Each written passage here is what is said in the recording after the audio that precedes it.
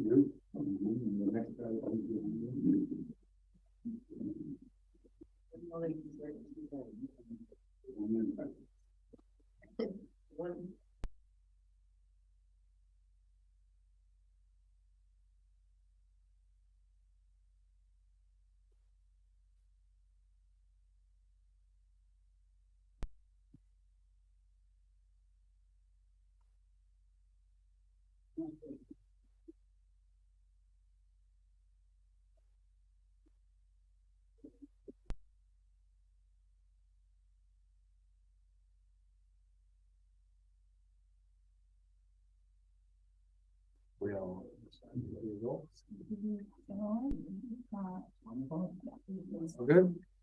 Okay, we've hit 1 o'clock, folks. Thanks everybody for showing up. We're going to start the July 26th regional board meeting. I want to acknowledge that we're holding the meeting on the traditional territory of the Tla'amin Nation. The first item is, well, second item, approval of the agenda. I understand we have a couple of unregistered delegations, and I have a motion that I'm going to make in reference to an item of correspondence, but I don't think we need to change the agenda for that. So are there any other modifications to the agenda that we need to consider? Seeing none, do I have a motion to approve? Director McCormick, no other discussion, all in favor? None opposed, motion carries. Adoption of the minutes of the June 28th, 2023 regular board meeting. Are there any errors or omissions? None. Motion to adopt. Director Lennox, Director Gisborne, thanks very much. Seeing no discussion, all in favor? Motion is approved.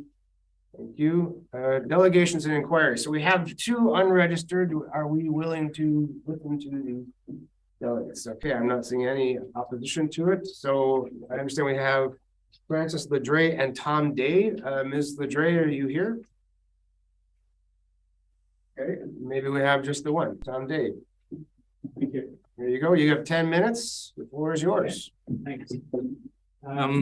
So good afternoon. My name is Tom Day. Today I'm appearing as the receiver of the Lund Waterworks district, and I have a PowerPoint presentation. I think that'll be coming up quickly. I just wanted to introduce myself. So I was appointed about 1.5 years ago by the provincial cabinet to be the receiver of the Lund Waterworks district.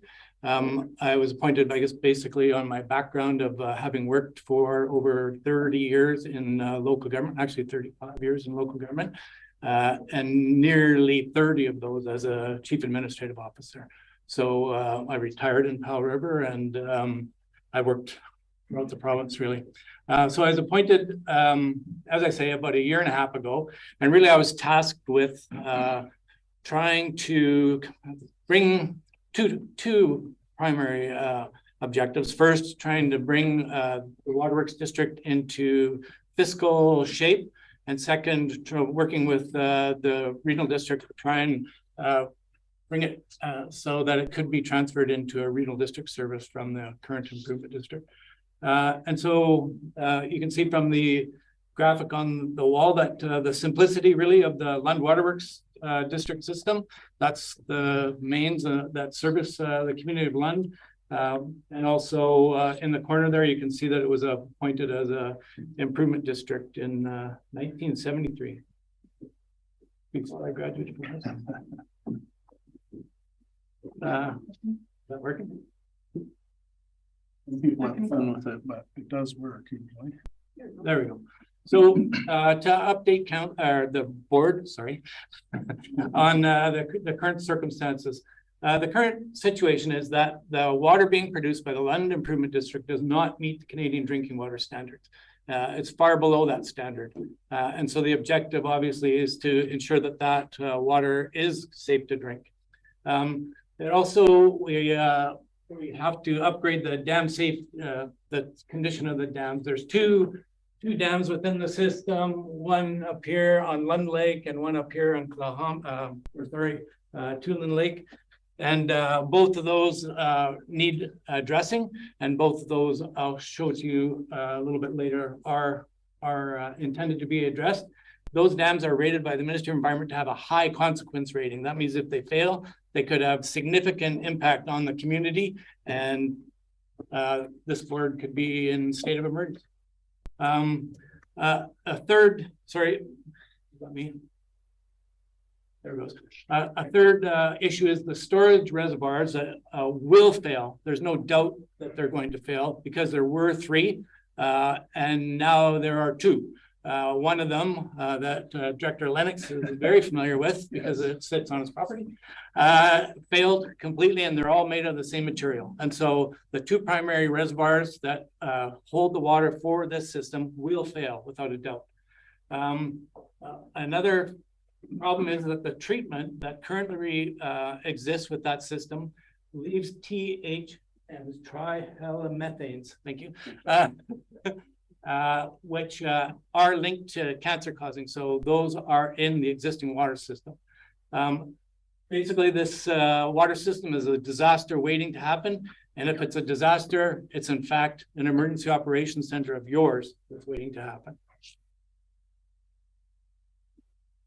So the solution that we've arrived at has arrived at through various iterations. The first study Al was a big part of. It was an estimate in 2018 of $17,100,000.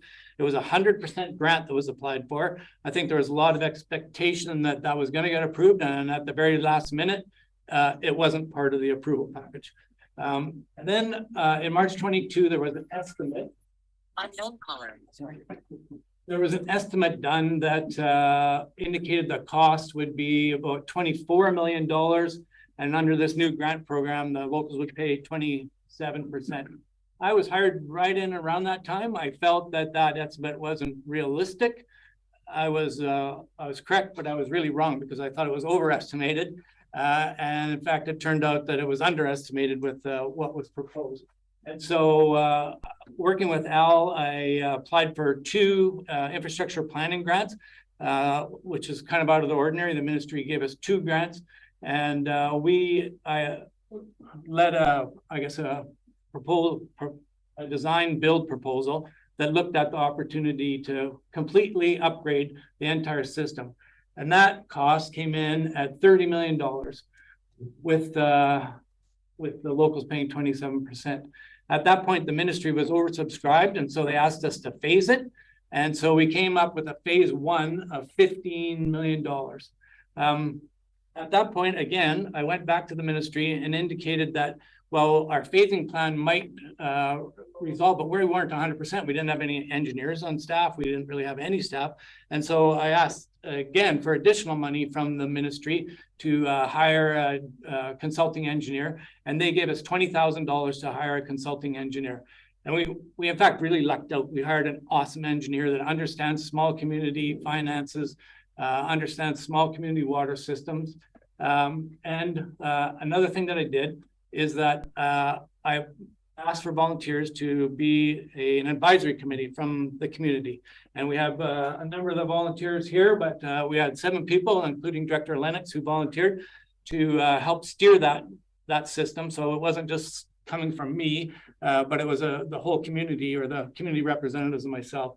We're looking at the system and trying to arrive at an affordable system. So as I have highlighted there, an affordable $11.9 million comprehensive upgrade. It involves dam safety remediation. So there's money involved, or money included in that $11.9 million to do that. One of the big savings was, thanks to Courtney, our operator should come up with the idea that we should really look at a package treatment plant as opposed to an on-site build package treatment plant. The price savings was dramatic. And so we've got a really concrete price. I shouldn't say concrete, it's not going to be concrete. It's going to be built on skids and brought into the community. A real firm price in terms of a major saving there. And that treatment plant will meet the stringent Canadian drinking water standards. We have emergency power backup. Currently, the operator, if the power's out, has to run up there and keep filling a small generator to run their water treatment plant so that the community has potable water. It comes up with new primary storage tanks, 3 at 25,000 gallons. So that's, I think, more than double I think it's like triple the amount that we have right now. It also puts a new submarine line through Finn Bay. This is one of the major operating issues. We have an underwater line that sometimes gets anchors hooked to it, gets pulled up. It has obviously issues with salt water. And so it's an ongoing maintenance issue. And so that will be replaced. We also have additional storage at Alana Road. There's some storage tanks right now that are only functioning as storage for fire protection, but those will actually be connected back into the system. So again, we're significantly increasing the amount of storage available for the system. And this package also includes key distribution and hydrant upgrades. So we've looked at where we have significant distribution issues, replace those, haven't replaced all of them. Thank you. And so this grant involves, as you can see from this slide here, it's about $7.5 million of construction, but it also includes money for legal survey and legal fees. Some of those legal fees aren't covered under grant. It also has land acquisition not covered under the grant. But the survey issue, I know your policy is concerned that everything's located within the existing, right-of-ways. And in fact, we will ensure that that's the case. I've also had communications with Tla'amin, and they've indicated it'll be no difficulty if we have to broaden the statutory right-of-way that goes through their property. And so that's covered. Also, I really wanted you to point out that, or I wanted to point out to you that there's a significant allocation for administration of this project. So it's Kellett Regional District Project Management. It's allotted 5% under the program. So there's a total under this budget of $374,000 for administration of this project. And also engineering and design is 1.1 million. So you've got lots of opportunity in terms of that. And this is a new thing to me. I haven't seen it in all the projects I've done, but they now have separate costs for regulatory approval processes, given that the increase in bureaucracy that's happened over the years. So there's significant time for the engineer to work through those things. We've included a commissioning budget for $75,000 so that they can train the operator, and a significant contingency of $2.2 million. So that all adds up to a budget of $11.86 million. But as I say, a good deal of funds available to hire or pay your own staff or managing that project. So the infrastructure replacement local cost implication. So really what happened when we came up with that, that large budget, we looked at what that project was going to cost the local taxpayer. So this is just debt retirement cost. And so if we had proceeded with that initial, the debt retirement cost alone is $3,800 a year. Added to that are the operating costs, which are $1,000 a year. So water would have cost the residents of Lund $4,800 a year for water alone, never mind the rest of their property taxes. With the new upgrade that we propose, the committee and myself have come up with, the debt retirement cost would be $1,500 a year. You add that, $1,000 operating, so water is around $2,500. So I'm calling it affordable, but we all know $2,500 is a lot of money, but it's that or no water down the road. I'm going to interrupt you for a second. We've gone over by 1 minute. We'll poll the directors if we're allowing it other 3 more minutes. Okay, go ahead. Thank you. And those rates are a little bit different than what I showed the community one of our meetings, because we've talked to higher up at MFA BC, and we've got the up to date as of yesterday numbers up there in terms of borrowing costs and reinvestment. So what's being passed on to the next receiver? A well-running water system that is at risk. The system's running very well. And we're on top of it. Our operator is doing an excellent job. A complete, well-budgeted, construction-ready improvement project that's on the cusp of receiving a 73% senior government grant. So we're really that close. The grants were supposed to be announced in late spring, as is always the case. They're late. The federal provincial, they have to discuss and go through it. But there's a really solid expectation that that will be approved, because I think we all understand the province wants to get rid of this. A well-informed community who are aware of the plan to pay for the improvements. And you can see we've got a lot of passionate people here. At the one meeting where we really presented all this, I think we had 55 people in attendance with out of 100 homes. That's a really good percent. And I think everyone up there talks. So I think it's a very well-informed community. And Harry might have something to say if that's allowed. The other thing is that the organization comes with excellent staff. So we have an administrator who looks after all the communications, does all the invoicing, collects all the money. So that's all built within that system. And it's already paid for under the budget of this system. So I don't see that it would be a pile of work. You just keep the staff. And as I mentioned, an outstanding operator, which you guys already hired to run 2 of your systems. She runs the sewer system out there and also your water system south of town. And a financially solid organization with a self-funding operating fee and a new parcel tax for capital replacement. And I'll just show you that. I hope. So this is our estimated budget for the end of the year. Parcel tax revenue. So those parcel tax, establishing that parcel tax was a lot of work in terms of qualifying what properties qualified and which ones didn't. Which one we could tax. We held a quarter revision, sat through all of that. We talked to them quite a bit about how we would establish that tax. But those bills went out, I think, about 2 weeks ago. Our revenue this year is anticipated at $40,800. User fees are, as I said, $1,000. And government transfers, that reflects the 2 grants that we received this year, a $20,000 engineering grant and a $25,000 grant to help pay for my time. So that the residents just didn't completely get stuck with that.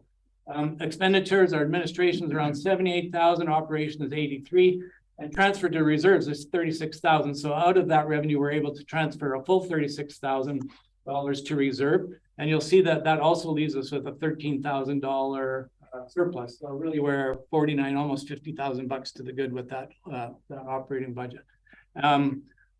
Part of that surplus, we were holding in order to help pay for any kind of approval process that will be required once the grant is announced. And so we have an accumulated surplus showing of almost $100,000. That's 30,000 in the operating fund itself, 30,000 in a dam safety refund that Harry and the board established a number of years ago, and the $36,000 capital renewal reserve. So it is a well-funded system, and it's in good shape. So the receiver's role, I wasn't asked about what a receiver has to do right now. Frankly, I've done all the heavy lifting. I've done the engineering report is in order. We worked with the committee to make sure that it's that the community is aware of it. It's a well-informed community, and we've got the finances in order with a bump this year in both our operating fee as well as with the parcel tax for capital purposes. So right now, the receiver's role is simply, I think I sign about a dozen checks a month. Took a look at the monthly financial statements that are prepared by our administrator. And if something comes up, Courtney will talk with me and we'll make maybe 1 or 2 decisions a month, maybe if there's an extraordinary report pair, just to make sure that's provided for in the budget, or if not, where we could fund it from. And some regular communications with municipal affairs. There was some discussion that the boundaries were confused, but in fact, and I just heard this morning that that issue is straightened away, that BC Assessment Authority was in error, and the boundaries are now as per, like, BC Assessment Authority agrees with the province. And so the end goal, I mean, this is all about, we've been working, our committee's been working for probably a year. I've been working for a year and a half, simply to enable the residents of Lund to have a reliable, potable water system. The most basic of local government services. I mean, what are we here for if not to provide water? It's what, as I say that, in my view, the most basic service we provide. The improvements will occur when a senior government grant is awarded. The board is the only one who gets the grant. No one else can do this work. So if the board doesn't accept the grant, the work won't get done, because the province won't give the grant to anyone else but you people. And as part of that is we must be the owner. So in terms of where we're at now, whether it should be a receiver, there's very little work. All the heavy lifting is done. It's in really good shape. And as I noted, there's just a couple of small tasks. And you are the one, I think that the logical transition will enable it to transfer smoothly when the grant announced with the country. And that's my opinion. Okay. Thanks very much. Thank you.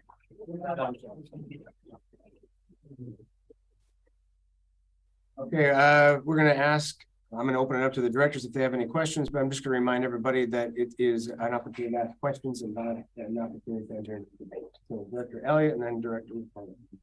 Thank you, Chair. Yesterday, the regional district became receivers and the grant was approved and we did the project as per planned, that would make the entire facility meet our regional district's policy objectives or the standards that we have for the regional district. So my understanding is we have a policy for taking on water districts if they meet a certain standard, but this project would it make it meet our standards? And then there's no other way to upgrade the project without receiving grants, and the grants can't go, the province can't just directly do that work. So there's a few questions in there, and I think Al can. I know there's a few questions. Sorry. Correct me if I'm wrong, but I will say that original 24 million or project would build a perfect system, but it wasn't not affordable, as you can see, that it's just unaffordable to the community. And so this project upgrade really provides a really sound system. And I think, reading through the policy last night or yesterday, I think last night or the night before, I was looking at it, and I think it does comply with the intent. There's a lot of the board can decide items in that policy, and I think it does comply with that policy. I think if you want to, you could find ways that it doesn't comply with the policy, but I think the intent is there, that and I totally appreciate it, that the board wants a solid system. They don't want to be inheriting something that is dysfunctional and a massive liability. And so I think it does comply with that. And I think one point I wanted to make, which I forgot to make, is that the improvement district already pays for such, so it's as in the policy, the improvement district is self-funding. It's not going to demand funds from anywhere else. It's got administration costs. You can charge the administration to the improvement district. I'm charging my time to it. So it complies with that whole self-funding issue. And I think it complies with quality. We'll definitely make sure one of the key things in the policy is that all the major works are within right-of-ways. All the major works will be within right-of-ways. Some of the minor lines may not, but I would challenge people to determine any municipality that's over 30 or 40 years that all their mains are within within easements, because certainly the 7 or so municipalities I worked out in throughout my career, that's not the case. But all the principal and primary things will be, and we've got land acquisition money if we have to, and survey fees to ensure that all happens. And so I think it could comply with policy if people want to read it that way. Director McCormick. Yes, thank you, Chair. I applaud your work. I think you do an amazing job of turning this whole thing around. I'm particularly interested in the package treatment plant that you mentioned and how that works, how that might apply to, say, an improvement district in my community on Tiskwat, and how that has saved you significant funds. So can you explain a little bit about that? I can. So agree. Again, it was Courtney's idea. She approached a company, and then our engineer approached a company, and he had to tweak it a little bit. But basically, they had taken at the quality of water that's coming in, and the processes that get treated on its way through, and it meets the Canadian drinking water 43210 standard that's across the country. And just to give you an idea, their initial budget for water treatment there was 4.163 million. We're budgeting 1.4 million. Massive difference. And that we've got a pretty firm price on that. And we haven't tendered it. We've gone to basically one supplier. So and it's basically the design is that it will come either on the ferry or it will come on a barge, and it's a container. And yeah, so we come in with pretty poor water quality coming in, and it goes out meeting the Canadian drinking standards. Great, thank you. Director Lennox.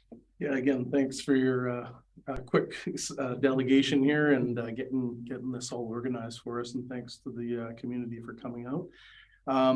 You've answered most of the questions that I had, even recently, and we've had a recent meeting, and that brought a lot of us up to speed. So appreciate you getting this together. I think the directors also had a lot of the similar questions recently. So this information is very timely. The one thing that maybe you could clarify is our grant application status with the ministry and the relationship with the responsible department. So the Ministry of Municipal Affairs has been the department that's pushed this entire issue.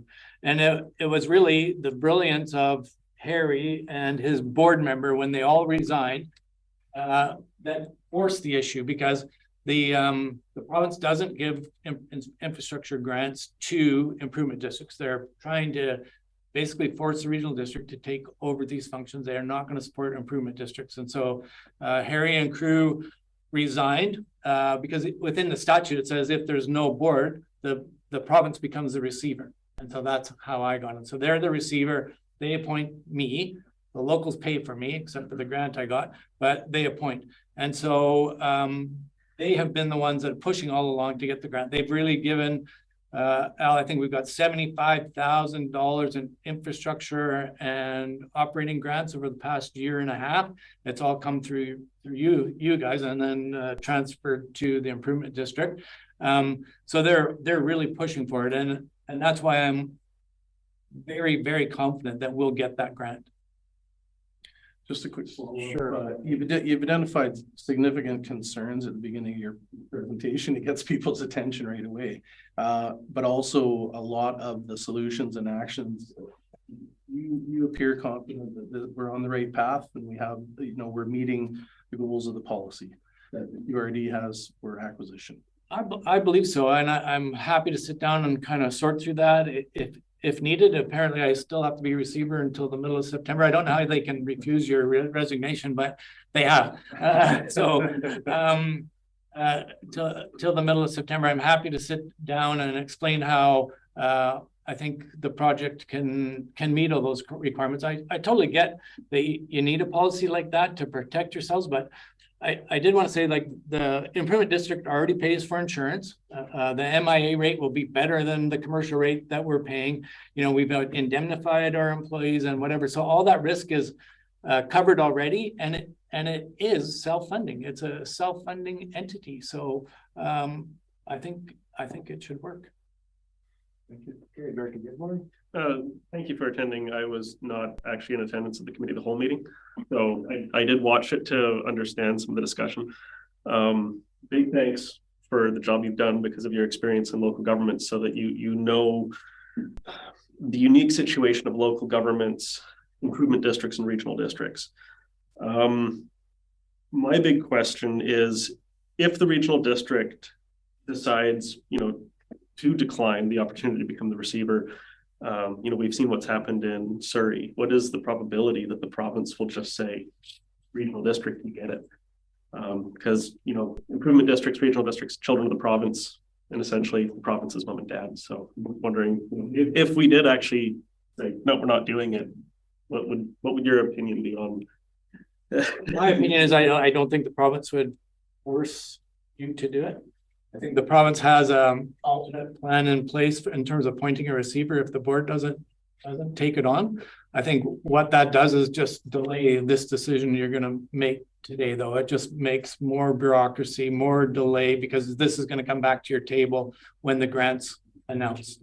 More cost and more just hurdles, and of course inflation and other issues. Yeah, I think one of the things that I think you all know, I'm working for the city right now. We had a lawyer make a presentation that said one of the things to be aware of, if there's delay in decisions from the grant and construction costs go up, well, the grant doesn't go up. So any delay, in fact, is entirely on the backs of local taxpayer. They pay 100% of it instead of 27%. Sorry, my math was off there. And so that's something to be aware of. Delay is just going to cost these people more money. But I don't think they'd force it on you. That's my opinion. But I guess, I'm sorry. The bad news is that if it's not done, you all will be sitting here in an EOC down the road. And quick follow-up question. Sure. So I'm just trying to get everything in my head before we actually get to item 12.7, and hopefully you'll stick around for that. My understanding is you've got the staff in place. If the regional district became the receiver and took it over, the staff would essentially transfer from the improvement district over to the regional district, and then they would be able to handle the operations of that system. So they wouldn't transfer. No, Al's shaking his head, no way. No, they wouldn't transfer. You become the receiver, so it still stays that separate entity, but you're the receiver. So Courtney and Shelley would continue their roles because it's still an improvement district, and you just become the receiver. So you'd become like me. Like this has been a really weird experience for me because I spent 35 years reporting to boards and like regional boards and city councils. And now I'm all of it. I'm the administrator, I'm the voter. It's like a very strange circumstance. So in effect, we get elected officials back on driving the ship the way it should be. Okay. And then that brings up the big question in my mind, which is regional districts operate in silos.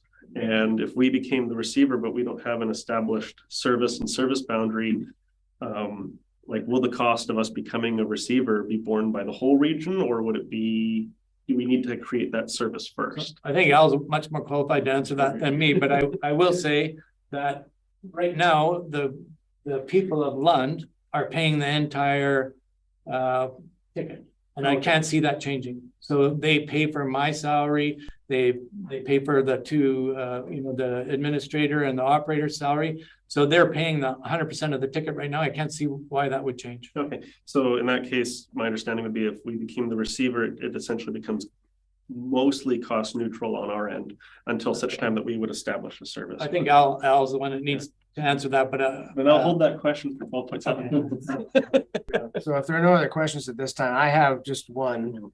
I'll follow up with you.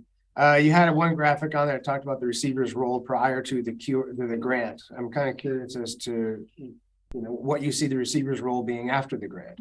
So the receiver will disappear.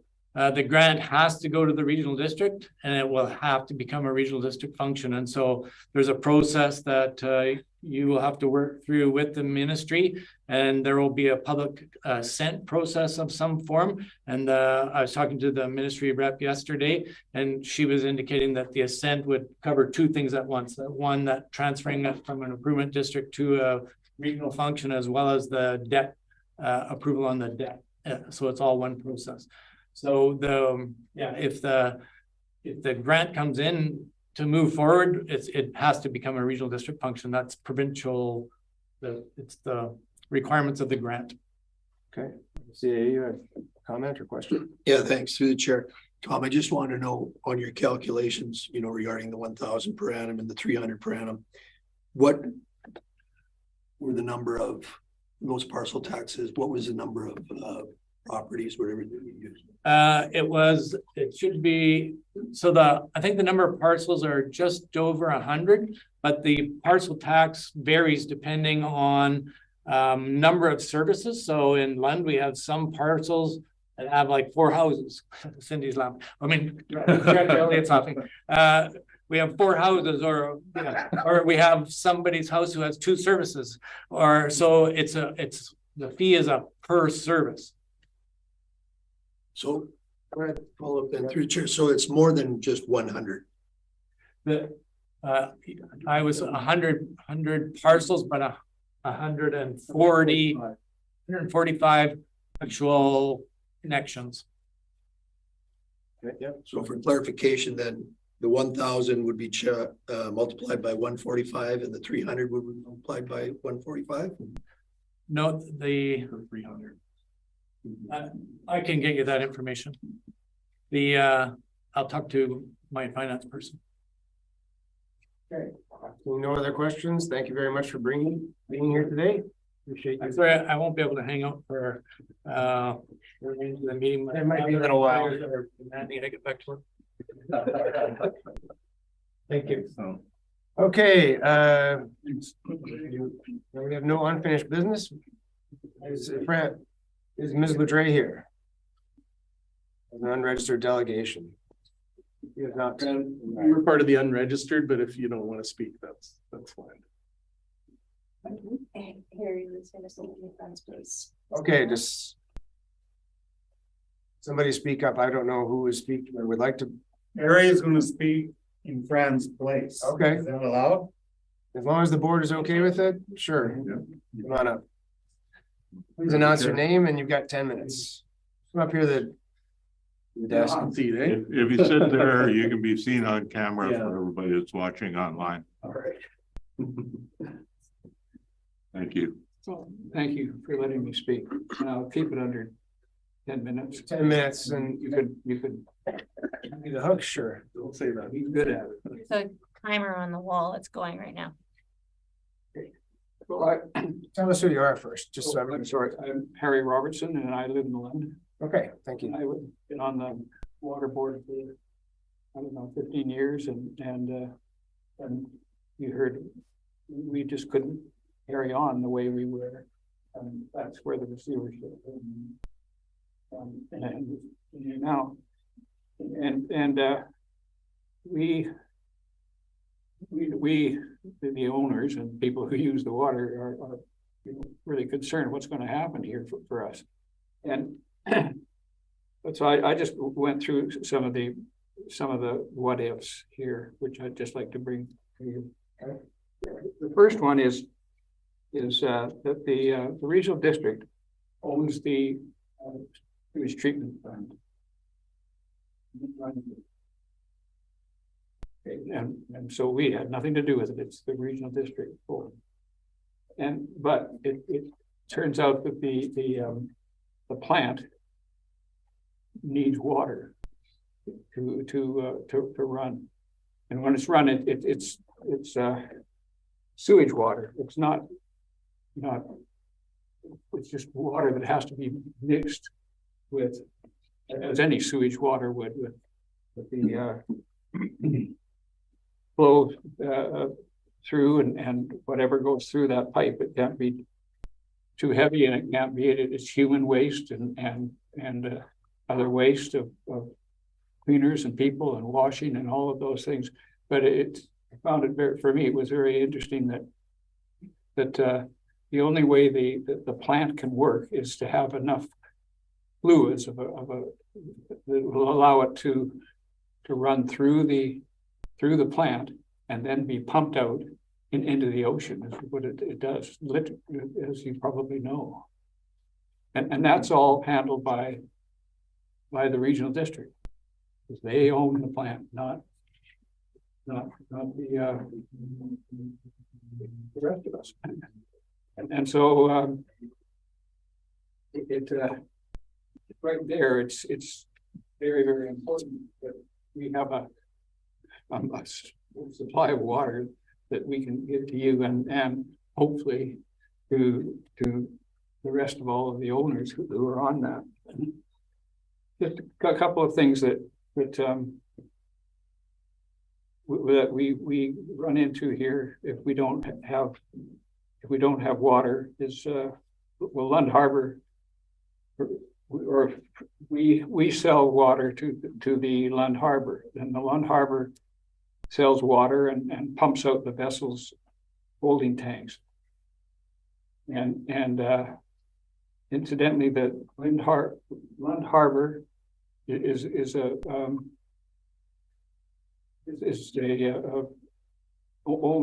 leased by the Harbor Authority to run a harbor there. where it is today.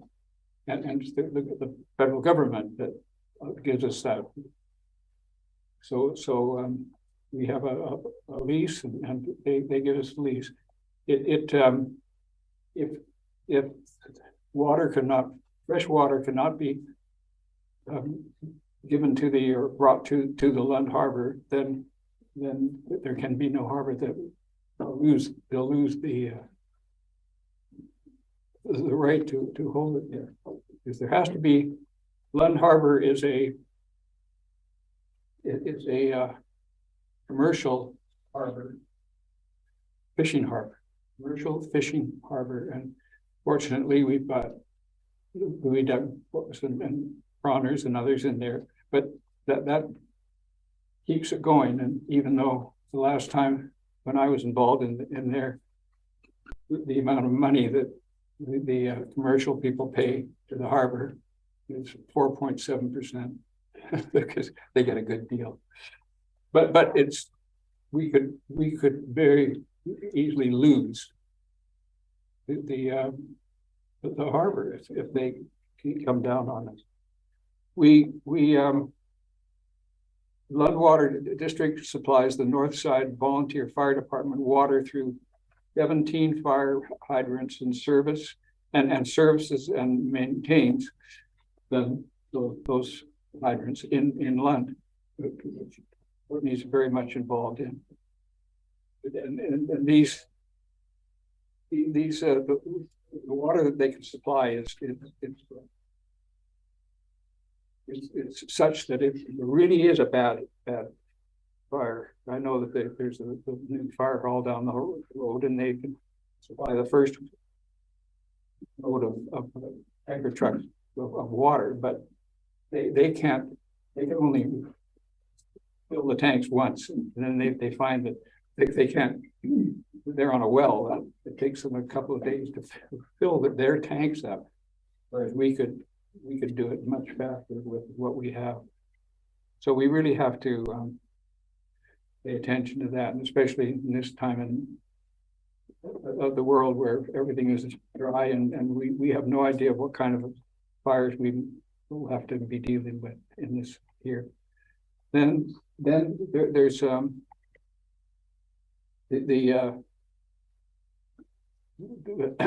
Lund Water supplies water to the Lund Water Community Center, and which is soon to be expanded. And you're very involved in that. The regional district, and a lot of terrific amounts of money have been brought up and made available. And if there's no water, it doesn't make much sense. And whether they can drill wells there, I don't know. We supply water to the Tla'amin First Nation hotel and store, and they would be very upset if we could not supply water to them. And then finally, there's other businesses, various commercial ventures, including Nancy's Bakery and the Boardwalk Restaurant, Jack's Boatyard, and the Finn Bay Marine Group. They're all using water that we are able to supply them. So I just want to say, please pay attention to this, and what will happen if we can't supply potable water to Lund. Thank you.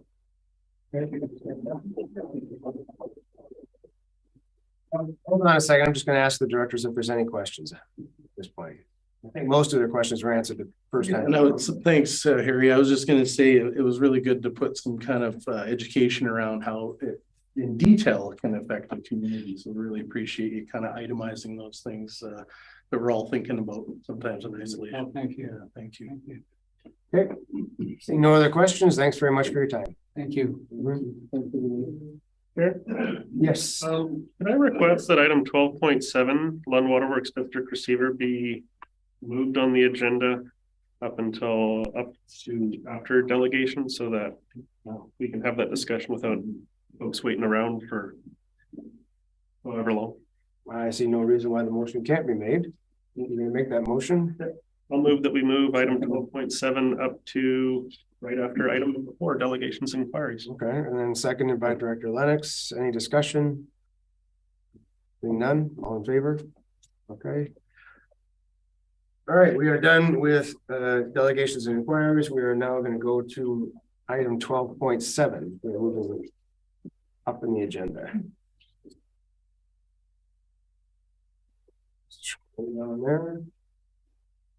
Well, the motion as is that the Catholic Regional District ratify the decision to respectfully decline the opportunity in becoming the receiver for the Lund Waterworks District. CAO. Through the chair, I just want to let you know that I did reach out to Municipal Affairs. And even though that they have already started their legwork to get a order in council to appoint a new receiver, they said that they would extend the deadline now rather than July 10 to the end of August, if need be, to appoint somebody else or some other entity. So you do have some opportunity to consider your current recommendation. Okay, right now we have nothing on the table, but Director Dowd has his hand up. I do. And you know what I want to say is I would actually like to hear from some of the electoral area representatives about what they feel about this. We've had a motion that came with, you know, with a rather short report previously that resulted in this recommendation. We've had input, a considerable amount of facts. It's educated me a lot from the receiver. We've got a delegation of people in the room. Obviously, I haven't seen as big a delegation of citizens in the room that want the regional district to think about this. But you know, I could make a motion, but I'm a municipal director. I'd like to hear what some of the electoral area representatives think about it. I think what we're being asked to do is to get involved in providing a safe and long-term water system that's sustainable for people in Area A, some of the people in Area A. And I'd like to find out what the electoral area people want to say about this. Would you rather leave it in the hands of the provincial government to see what they do, or what? So I'd like to, respectfully, I'd like to hear from the electoral area people about what they think we should be doing. Okay, well, let's direct everything through the chair, but to start off, CAO had a comment. Yeah, what I think everybody at the table needs to understand, as well as the gallery, is that what we are debating or what we're considering here is being the receiver or not. We are not considering what the outcome of the Lund water system is going to look like or be right now. It's whether or not we want to be the receiver. The condition of the system, and with all due respect, the commerce and the economy that it provides and the merits of the latest engineering study are not what we're debating. It's the receiver, being the receiver. And Tom's good work through some of the consultations that he had with me have arrived at those numbers that we now know today. Because in the past, we knew that the then reports were cost prohibitive. So the conversation is really about being the receiver or not. I can tell you matter of factly that I have no doubt that sometime in history, or in the future, I should say, we are going to be the owners and operators of a Lund water system, because it's stipulated in section 45 that the Lieutenant Governor in General can provide for the continuation of an ID service that has been dissolved by extending that service to the RD. And it's in their policy that all IDs will eventually be dissolved. They thought the best way would be natural attrition. And so they starved every ID, or they continue to starve every ID out by not offering grants. But the fact of the matter is, their policy says once an ID dissolves, it'll go to the nearest local government. Well, by default, that is us. So it's not whether or not we want the Lund water system. We've already committed to taking it on. We did that back in 2018. We put in probably 300+ hours, along with Harry and crew, putting together the petition for the bylaw and for the dissolvement. That's all been done. That's all in place. And then there was the fact that we held open houses back then to say that this is what it would look like. And that's where we got stalled, because the grant that we were asked to apply for, based on information and meetings that I had with municipal affairs back in 2018, 2019, we waited until March of 2020, I believe it was, and bang, they said we did not get a grant. And that's where we've been ever since. So it's not that we're not accepting the Lund water system. It's the receiver, whether or not we want to be the receiver. And I've talked to, there's only been one other case in the province where a RD has been a receiver.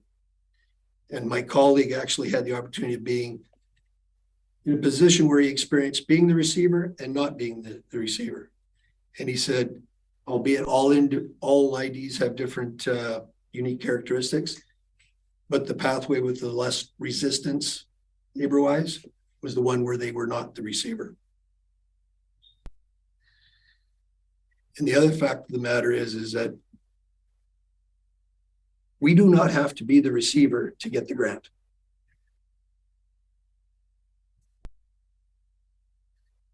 But by not being the receiver, I think a lot of the other things can be laid out in front of us. And then basically, I would like to use the term turnkey. Everything's in order. Here it goes. Province then says you can continue this service, create the bylaws, do the establishments, and away you go. Oh, by the way, on top of that, here's your grant. Otherwise, we could be the receiver and the grant isn't awarded. Okay, thanks very much. A lot of wise words there. Right now, we don't have a motion on the table. Would you like to make a motion, Director Gisborne, or? I would like to continue the discussion. Okay. Well, I was gonna. We don't have the cart before the horse. Okay, I was gonna suggest. Director's notes, comments, and I think we can have a roundtable discussion. And then when we figure out what is a good path forward, then we can make a motion at that point. I was going to suggest a 10-minute roundtable discussion. Give an opportunity for anybody who wants to speak on the subject to speak one time. Otherwise, it's just an open-ended, it can go on forever. Does that seem like a reasonable way forward? Everybody's in agreement with that? Can we get a clock up on the screen? And then Director Gisborne, you'd like to speak first? And then Lennox. Okay. Director Dowd asked for some electoral area input, so I figure I'll jump in on it. Just as a reminder, because we've got a 10-minute thing, try to keep your comments. We'll try and be quick. One of the big challenges that we have is we do not have an established bylaw for the provision of water in Lund. So if we did become the receiver or not, right now it's where does the money come from is a big question. And that's one of my constituents will ask me, they'll go, well, who's paying for it? I think one of the first steps that we could do is actually create that service establishment bylaw. Doesn't mean that we actually take on the service at that time. I think if we created that service, we can even have it sitting there empty, because right now, from what we're hearing, the province won't force us, but I don't trust the province to not force us. I think that would actually be probably one of the first steps, and in response to being a receiver or not, they have given us till the end of August. So I would actually like to have that more in-depth discussion, in August, and, taking a page from my mom, who would always say, one of the best terms for government to slow them down is to say, well, we're still in discussions and still in consultation. A flat no makes them kind of get ready to force their stance.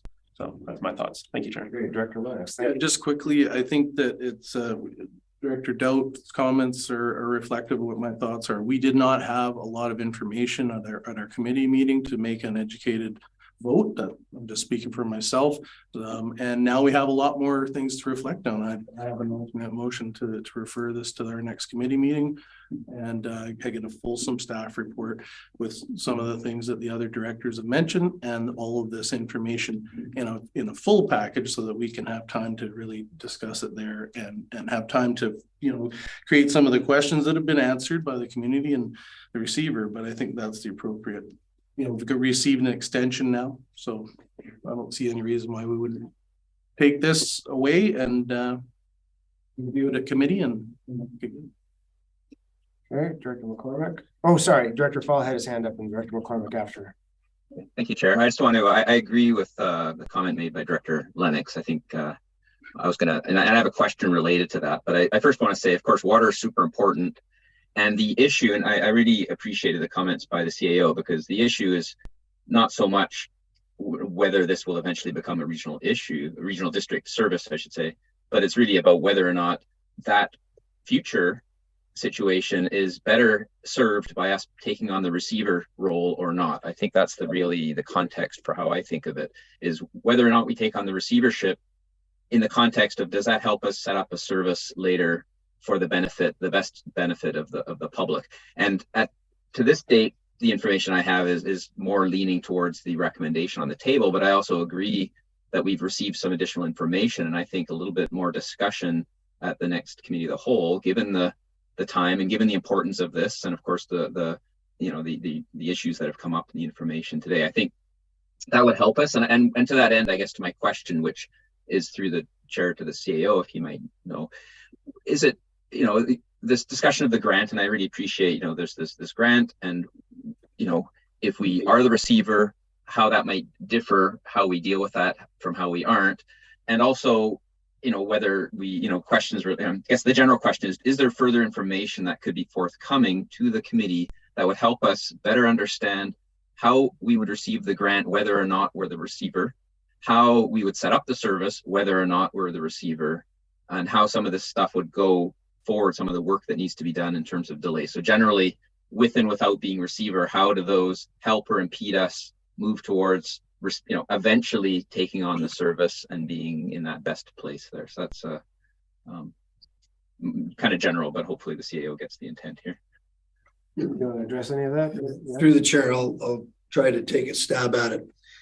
It's my understanding that the grant award, should it be awarded, does not have any bearing on whether or not we are the receiver.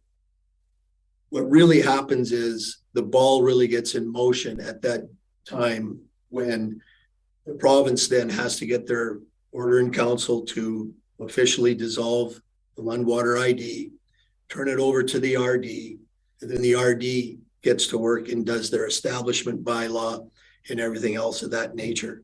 A lot of that legwork was done back in 2018, 2019. So unless the province is going to tell us to do it over again, we should be a long way ahead already. One thing, if you recall, I hate to lament about the grant opportunity that was, but shortly thereafter, they tried to encourage us to get on with I think it was called the EQ grant. And we said no, because it wasn't 100%. And we knew that without 100% grant, the project was onerous. And then if you recall, it was back in January of 2022, when the deputy minister or the assistant deputy minister wrote the chair and encouraged the board to apply for the latest edition of the EQ grant, which we did. And that's the grant that is currently being talked about right now, that we could be on the verge of getting an award. However, the assistant deputy minister did tuck this into her letter, and she said, I would also like to make it clear that there is no expectation to convert the governance of Lund to QRD before the outcome of the ICIP EQ funding application is known. So until we know that, again, I don't know if it's in a good position for the board or the QRD to be the receiver, because they're not going to convert it until we know the grant is good or not. And if they don't, then you're gonna be the receiver forever and ever, amen, or else they just might say, become the actual ID owner, and then now all of a sudden, 100% of everything is on the backs of the same 10 people. Right. Thank you for that. And I sorry, there was more. I just wanted to quick brief follow up, no question, just to say I concur, and I think my general sense, at least at this stage, without further information, is that being not the receiver would put us in a position of having that arm's length interaction with the province in a way that would complicate it, that may complicate it. If we're the receiver, then we're in a weaker position to serve the people who are using the service. So that's kind of the feeling I got. But I do think, you know, if the board, if this board would like to have further discussion at the committee of the whole, that seems reasonable. Thank you. Okay, thank you, Director McCormick. Yes, thank you, Chair. I think it's important that we proceed carefully and slowly, because once Lund is resolved and the water system is upgraded, we've got improvement districts that are starving out there, whether it's Stillwater in your area, whether it's Pete's Lake in Lasqueti or Gillies Bay on Texada. You know, there are a lot of other improvement districts out there that could end up basically in our lap. So how we, make this work, make the Lund upgrade work is really important for us in terms of what could be coming down the pipe in terms of other improvement districts. So I support, I don't know if Director Lennox made a motion to postpone it to committee of the whole. If he did, I'll second it. If he didn't, I'll make the motion. I think that it's important that we do consider further information that will be able to come to committee for full discussion. So I would like this to go to committee of the whole. I would like to have a full discussion, and I think we do have to consider that what happens in Lund won't necessarily stay in Lund. It can apply elsewhere to other improvement districts who could end up in our lap. So okay, that's my comment. Thank you. Thanks. I'll make one comment here in the last minute. As it is, if the vote came forward right now, I think I would be in support of the motion in the package. I do have some concerns, as Director Gisborne mentioned. We don't have a Lund water service that would have to be established. And I mean, I believe these are things that should be concerned to the people affected by the Lund water service, because whenever you start doing this kind of thing, it all takes time. So the QRD versus the water service interests. If the QRD is the receiver, I could see there might be some conflicts as to who are we speaking for? Is the receiver, is the individual speaking for the water service? Is there an individual speaking for the QRD? I'm not sure how that would all work out, but it's just something to be concerned about. And then lastly, capacity of staff to take the work on. From what I understand, everybody is at a high level of workload right now, and to add anything to it would be challenging. I am not against the concept of moving it to the committee of the whole if a motion like that were to be made. So we've used our 10 minutes. If somebody would like to make a motion now after hearing this, Director Lennox. So move to refer to the committee. And Director McCormick seconds it. I think we've just Director Gisborne. I think Cindy had her hand up first. Oh, sorry. I'll speak to the motion as I didn't get a chance to ask a question there. I think what I'd like to see when it does come back to committee, well, I'm in favor of having a further discussion, is a little bit of a flow chart for how we get the Lund water project done. So with or without being receiver, there should be a flow chart, how it works with receiver, how it works without being the receiver, so that we can see if there's efficiencies one way or another. I can see reasons why it both would work better one way or the other. I can see benefits to both, but I'm not an expert on that whole process. I don't think being the receiver means that there needs to be a receiver, because it's still a water district. It's not the same thing as having a service. So one doesn't require the other. Whether there's an efficiency involved in being the receiver and facilitating and working with the RD all at the same time, that's what I need to know. I need to know whether I'm going to get there faster and more efficiently this way or that way. That's what I want to know. And so a flow chart would be very helpful to me when we have that conversation. Gisborne. I share a lot of Director Elliott's concerns. looking at the motion in front of us of whether we become the receiver or not. First I was thinking, okay, is it a yes or no question? And this is where, when we come back to committee next month, one of the questions that I would like to have answered is, could we respond to the province about becoming a receiver, but make it conditional? Conditional on approval of the grants, conditional on support. And I see the CIO smiling, and it's because, in my opinion, it kind of seems like we're in a bit of a negotiation with the province as to what to do about the improvement district. And my concern is that the province can come out and say, okay, we're not going to make you take on the governance until, you know, the grant is sorted out. But government can be a fickle thing. They might change their mind, and we could find ourselves in a bit of a pinch. And government moves slowly. So I'm wondering, what are the conditions that we can lay out to the province in relation to becoming a receiver? And then what can we do on our end to get more prepared for taking this on? And the next point is, on our agenda, we have a resolution later for meeting with ministers. And I'm wondering if maybe there should be a subsequent motion to meet with the Minister of Municipal Affairs at UBCM to discuss the Lund Improvement District. I think that'll be a separate motion. So that's a thought. Okay, so seeing no other hands, we've got the motion in front of us to move this to the committee of the whole. All in favor? Any opposed? None opposed? Motion carries. Okay. Thanks very much. Dr. Elliott. I'm also in favor of Director Gisborne's suggested motion to add Minister of Municipal Affairs with this topic. Okay, gotcha. Okay, so we are now moving on to the correspondence. I know we have a couple of items of business arising from correspondence. First one is a letter of support for the Tla'amin Nation to province RE consideration of potential purchasers at the tiskwat mill site. Okay. I'll make the motion. The second by Director McCormick. Thank you very much. So I have a few comments about this. There's 3 quotes I want to pull out of the letter.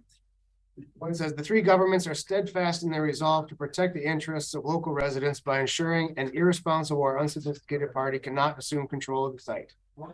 Second one, responsible renewal at tiskwat could provide a model for economic reconciliation in coastal BC with significant benefits that extend far beyond the Tla'amin Nation to the regional and provincial economies. Third, the nation and the 2 local governments are committed to working in partnership to build a new vision for local prosperity stemming from economic activity at tiskwat. So, as you all know, when discussing relationships with the First Nations communities, the phrase "go more than halfway, more than half the time" comes up quite often. I think we have an opportunity in front of us to do just that. The Tla'amin Nation is currently planning for the potential reclamation of their former village site, but if they are unsuccessful, their wish is that it be taken over by a group that will manage it responsibly, especially where the environment is concerned. All of us want that, so we're not really going more than halfway in regards to those statements or those interests.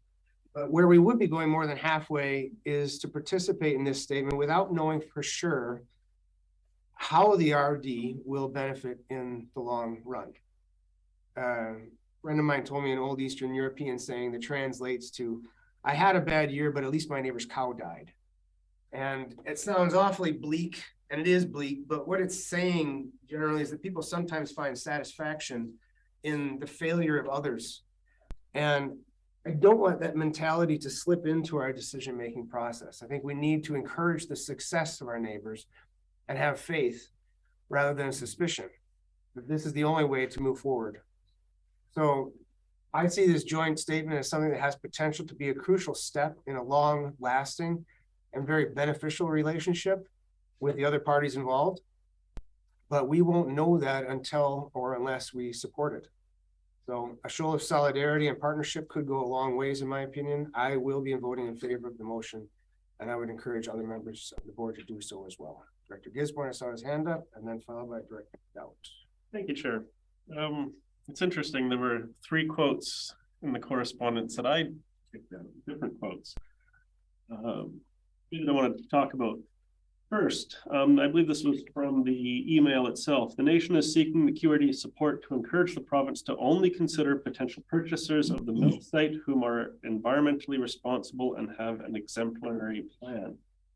I'm wondering, the letter is saying that, you know, we support Tla'amin's pursuit to purchase the land, and I'm wondering what is Tla'amin's plan? Because I don't see the plan in the letter, and that's some more information that I would like to see in front of us. My next question is one that gives me a little bit of confusion. There's a quote: the Tla'amin Nation's modern treaty with the federal and provincial governments, which came into effect in 2016, recognizes the Tla'amin people's historical occupation of tiskwat and protects the nation's right to specific claim to the tiskwat site, which is now formally underway with the government of Canada. When I read that, it appears to me as though the Tla'amin Nation is pursuing acquisition of the land for having it added to treaty settlement land. The second quote that I'll direct the board to is, tax revenue from tiskwat will be a vital component of the city's future fiscal plans. When I read that line, it makes me think that they're not applying for treaty settlement land. Because if that mill site goes from being municipal land or within the municipal boundary to being treaty settlement land, I see there will be a major financial impact in the community. I believe last election hearing in the municipality, there was talk of the city's special bylaw, the mill, of whether the mill pays, what is it, 5.5 million or 3.5 million. Well, if it becomes treaty settlement land, my understanding is that 3.5 million goes to zero, and that can have a major financial impact. Of course, if the current property owner goes bankrupt and hands the property over to the city, it's another situation where the land actually goes to zero or even into the negative value when someone tries to clean it up, as we've seen up and down the coast. So that's where I would like some more information. One, I'd like to see what the plan is. And two, I would like to know, is the intent of the plan to become treaty settlement land, or is it to become owners of the land and to continue to have it within the city boundary? Because I think this is something that came up at our C3 meeting, but I don't think we really got a chance to discuss it fully there. So myself, I'd like to hear other directors, but when the time comes, I'd be happy to postpone this until August and have it fully discussed at a committee level with some more information, because I don't have enough information. All right. I can answer a little bit there just to provide some information if you're okay with that. Yeah. There is a bit of a time frame on this letter because the Tla'amin Nation is meeting with the Premier tomorrow, I believe.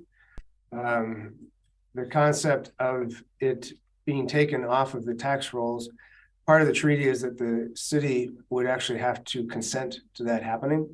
So that would, the city would have a part in whether or not it's taken off the tax rolls. That's what I'm trying to say.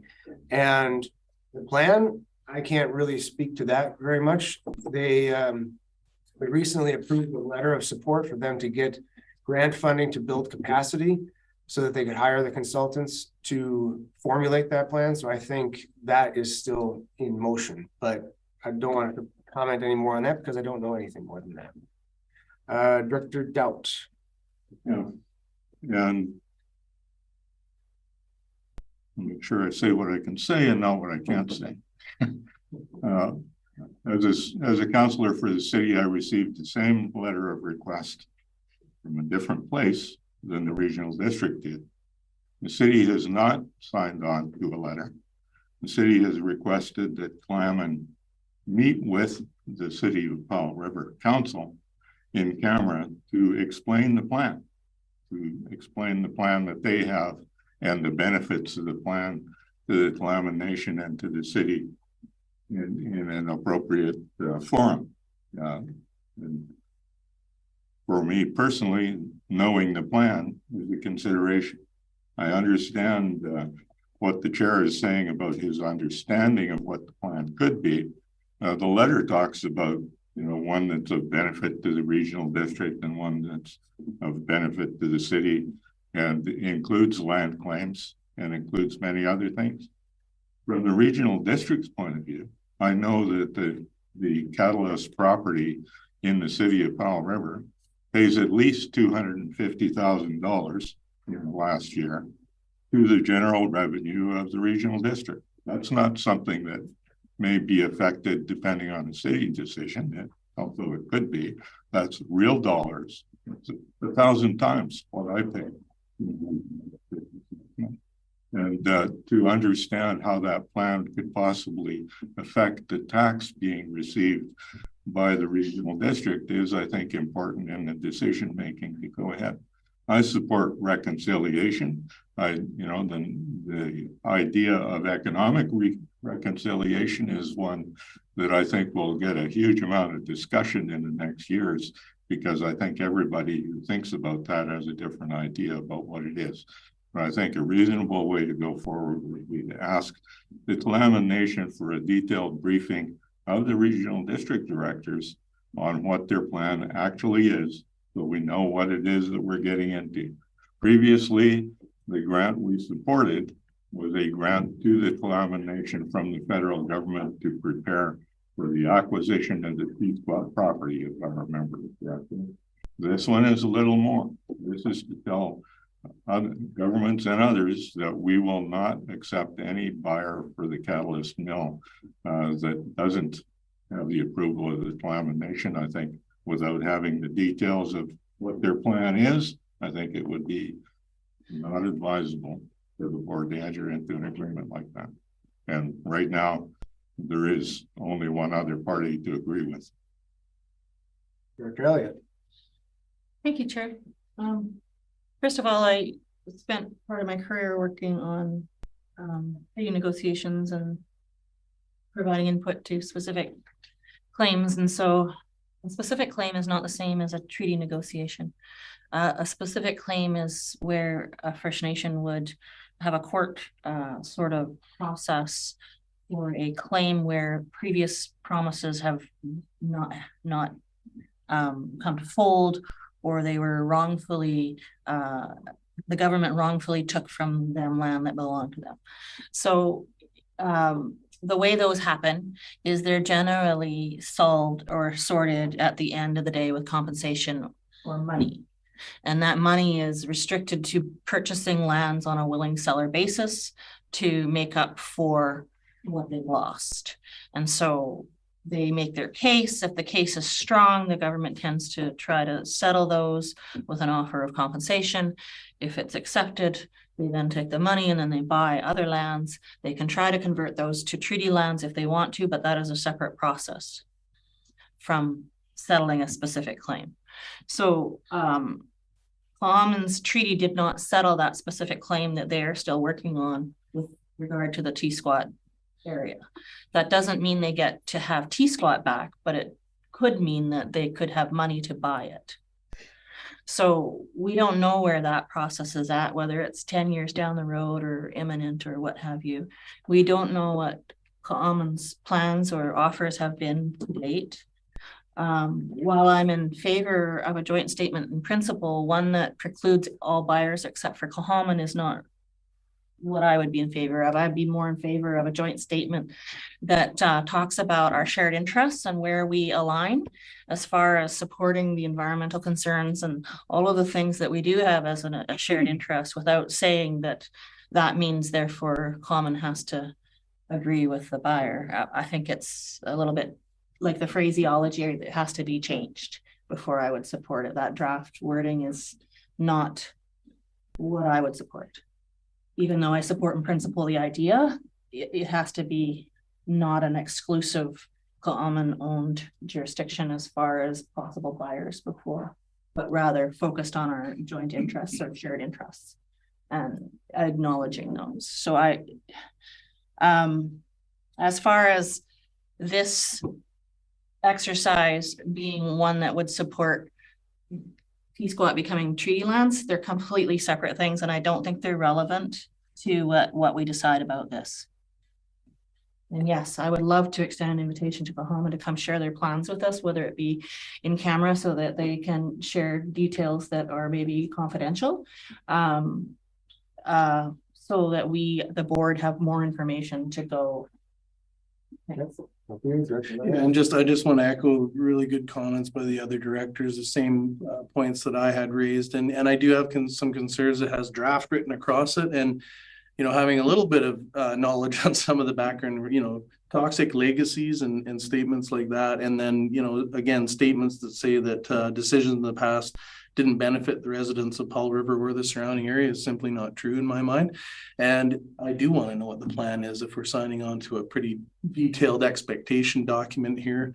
What is the plan? And I agree with the intent, right? And I know that a lot of the hard work that's gone behind making sure that site isn't a huge liability. So I agree with the other directors. Thanks. Good. Do we have any other, Director McCormick? Yeah, thank you. You already spoke once, so Director McCormick has it. Easy. Go ahead. Thank you, and I'll be very quick. To say that my interest in this is really environmental and to make sure that whatever happens with that property, it's going to be a positive thing and not a negative thing. So I would be certainly interested to hear what they have to say, and I'd welcome the opportunity to speak with them directly. But my question, Chair, is regarding this meeting that's going to take place tomorrow. What is the impact? If the city hasn't signed on to this, then really it's not a joint statement, you know, involving the city in any case, and you're not going to meet again before tomorrow. So what's this meeting tomorrow, and what's the impact of delaying a decision until we've had a chance to meet with them? I can't answer that. I don't know. Okay. I mean, I know they are meeting with the premier, but, and that I guess to show it as a partnership more, or so that it was getting more support from the local governments would probably make it a stronger case, but I'm not getting into details because I don't know the details. Director Dillon. Yeah, I have a motion to make, and the motion is we postpone a decision on this motion until after we have heard from the delegation from the Tla'amin Nation on the details of their plan that they can share with us. Second. Okay, so that's seconded. Before we discuss that, I was going to turn to Director Fall. Just as you were speaking, he had his hand up. And I think he wanted to comment before, or can you comment on the motion? I can comment on the motion. Okay. Which I was just going to say, I mean, it does say draft, and I think that would be, you know, so until we have a final version, it's hard to vote on it. I would have been happy to vote, at least in principle, on this, you know, endorse this in principle, but I think hearing from them seems reasonable. And I think the main thing when I looked at the wording here, you know, the main issue is right at the very beginning, the main positive, which is that we share a vision for the future of the site. The site's very important to the Tla'amin. In fact, it may be the most important site for them, given that was their village site.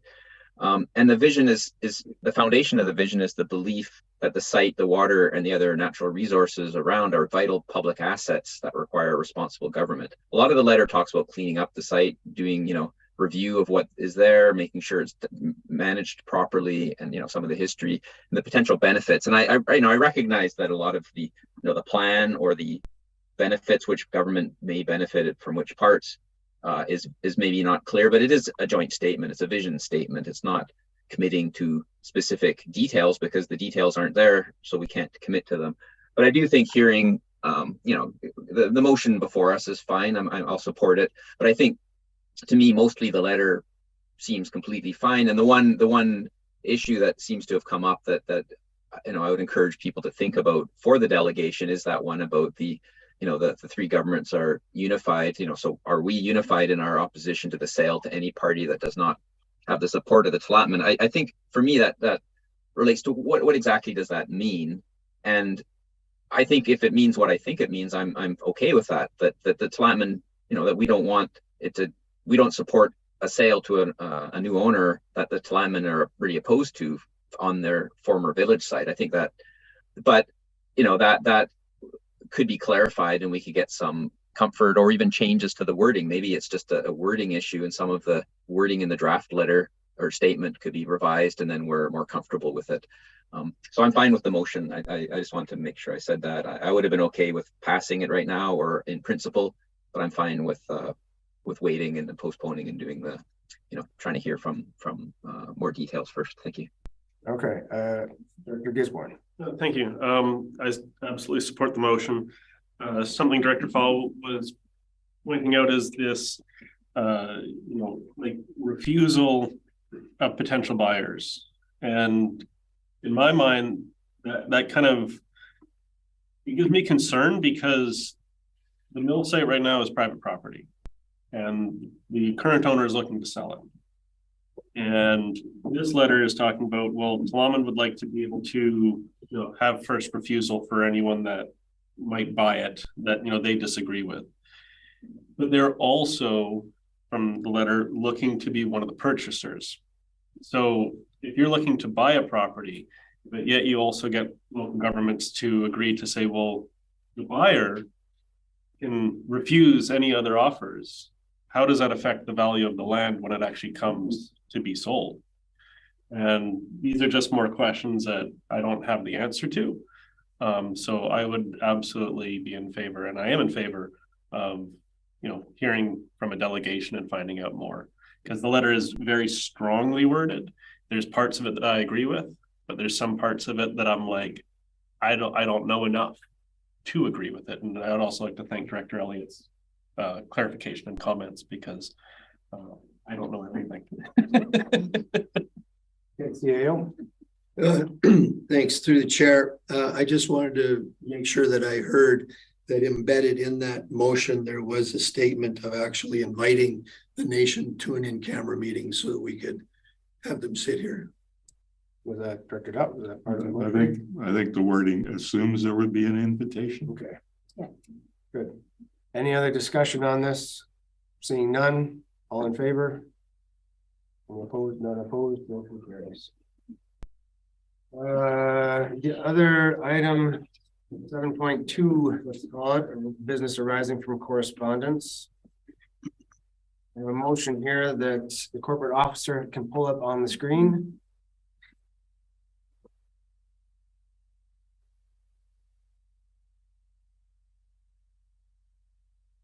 There we go. The board send correspondence to the UBCM executive expressing support from QRD for inclusion of the resolution, quote, reimbursing local governments for medical services provided by local government fire and rescue service, end quote, submitted by the city of Prince George for this year's convention. Second. Okay, great. I have a seconder.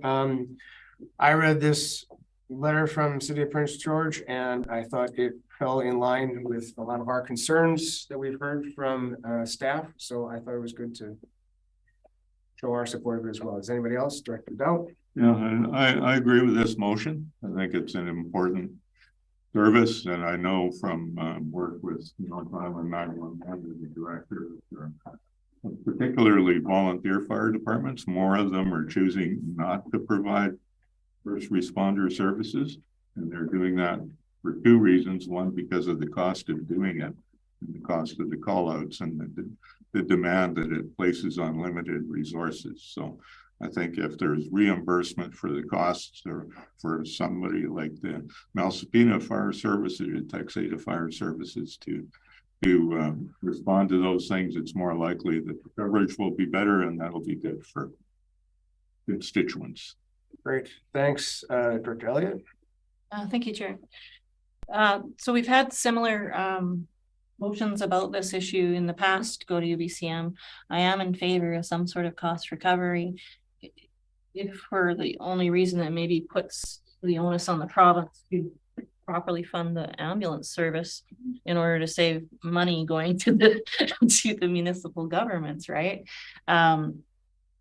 The ambulance service is underfunded and understaffed in numerous areas throughout the province, and that's directly impacting municipalities because we're backstopping with our fire departments, and that needs to be rectified somehow. And so I think this is a step in the right direction. Great, Director Lennox. Yeah, I've been on both sides of this as an ambulance paramedic and as a volunteer firefighter, and I mean, these are crucial people in our communities that we need to do everything we can to advocate for their funding, which includes, mental health and all the effects that doing medical calls has on them. BCM as a service is underfunded, but the simple fact of the matter is, even with doubling or tripling of the funding, our rural areas, a lot of us represent, will still need first responders to be there first, to provide primary care, so that when the paramedics get there, they can quickly take them to the hospital. So I'm total support of this, and anything we can do to continue this battle that's been going on for many years. Thank you, Director Fall. I'll be very brief. It's just to say that as far as I understand the process, the City of Prince George submitted this June the 26th, which was before the deadline for normal resolution. So it will show up on the UBC resolutions package. The UBCM will normally, unless it gets excluded for some reason, have an opportunity to debate it on the floor. And I'd just like to encourage all the directors who've been commenting now to step up in front of the 300 delegates and say so in Vancouver, so that this can get support there. Thank you. It's my favorite thing to do. Before we vote on this, I see Mr. Thomas is on the screen. I was just wondering if he has anything else to add, not just for the people around the board table, but anybody who may be watching or listening. Thank you, Chair. I was just tuning in to make sure if you had any questions, but all the comments from the directors are very consistent. This regional district has been vocal over the years of this concern, and we haven't seen it resolved. And some kind of funding model that recognizes, as Director Lennox said, all the costs. There are operational costs, there are costs to our individuals, and even on the islands where we're running special vehicles because there's no ambulance service whatsoever. There's capital costs that will be coming to those small service areas. So I think this is a great step forward to get it onto the convention floor. Okay, thanks very much. So if there's no other discussion, all in favor? Any opposed? None opposed. Motion carries. Chair's report, director's report. I am just going to combine the two today because they're both relatively short. On July 10th, I had library trustees meeting. The big news there is that the library received an additional $163,000 to their 2023 enhancement grant from the Ministry of Municipal Affairs, Public Libraries branch. So that's really nice. It's a welcome grant, but it'll be nice when the budget for libraries is raised on a more permanent basis. Brought it back at least to where it should be. July 13th, I appreciate the CAO. He covered for me on a Zoom call initiated by the Ministry of Emergency Management and Climate Readiness regarding drought and wildfire situation. Even though things are dry around here, I know we've gotten a little bit of rain recently, which is very welcome, but we still have to be aware of the extreme conditions that other parts of the province are experiencing and stay diligent so that we can take care of ourselves around here should the situation worsen.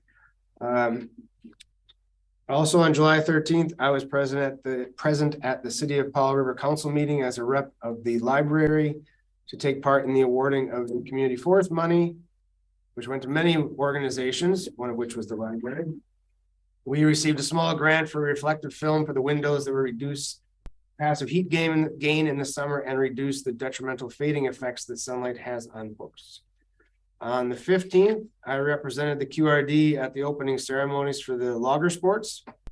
And even though the weekend also included townside days and sandcastle days on Texada, there was still a good crowd and a lot of enthusiasm. Too bad that everything happened to fall on the same weekend because everybody was spread pretty thin, but I imagine everybody had a fun time. I'm sure Director McCormick will report about Texada. 22nd, Lang Bay Hall had a flea market. It was successful. They plan on having another one on August 26th. So it's neat to have that kind of thing happening down there. On the 25th, just yesterday, I participated in a field trip with the Stillwater Community Advisory Group.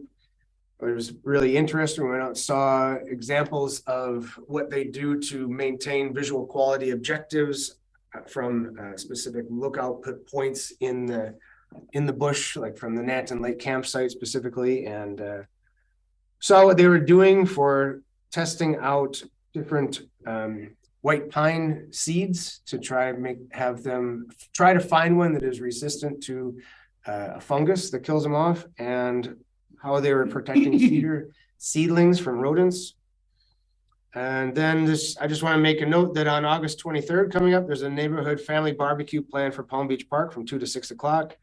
It's being organized by a group called Cathet South Gabbers, I believe, Facebook group.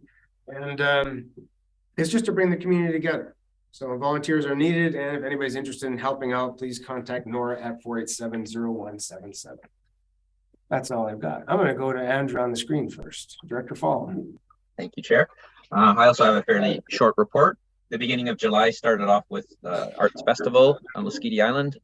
Friday has a writer's read evening, which is written and spoken language, which is nice.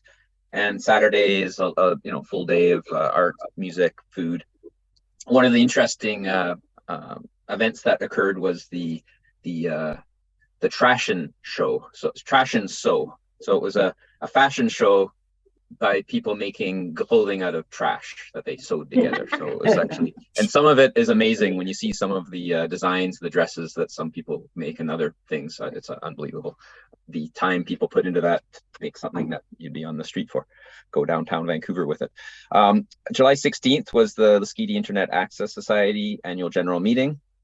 Almost the entire board resigned except for one. So there was a bit of a scramble to get more board members, and luckily 4 more people stepped up, and Lias has a full board.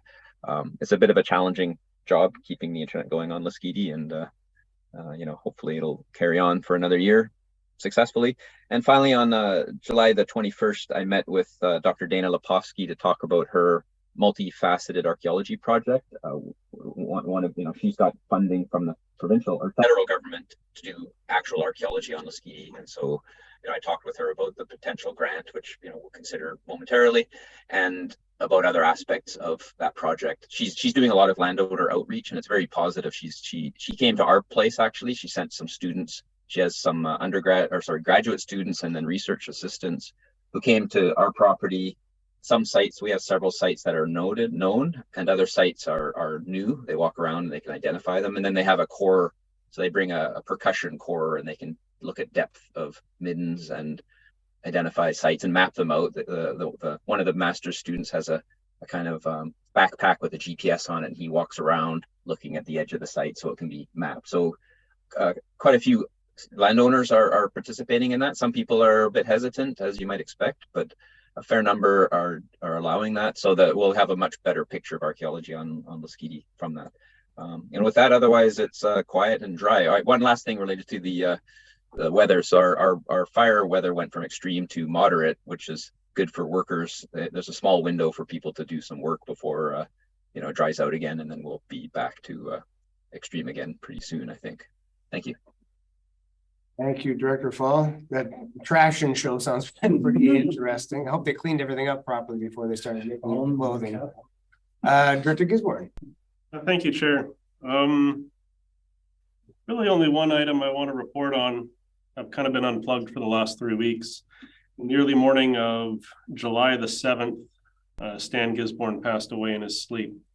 As his son, yes, he meant a lot to me. But I'd also like to say that he was first elected to this seat in 1987, and he was technically still the director until 2018. And since his passing, I've received a lot of very nice emails and phone calls and letters from not just constituents, but past elected officials. And if there was one word that I constantly heard describe him, it was tenacious.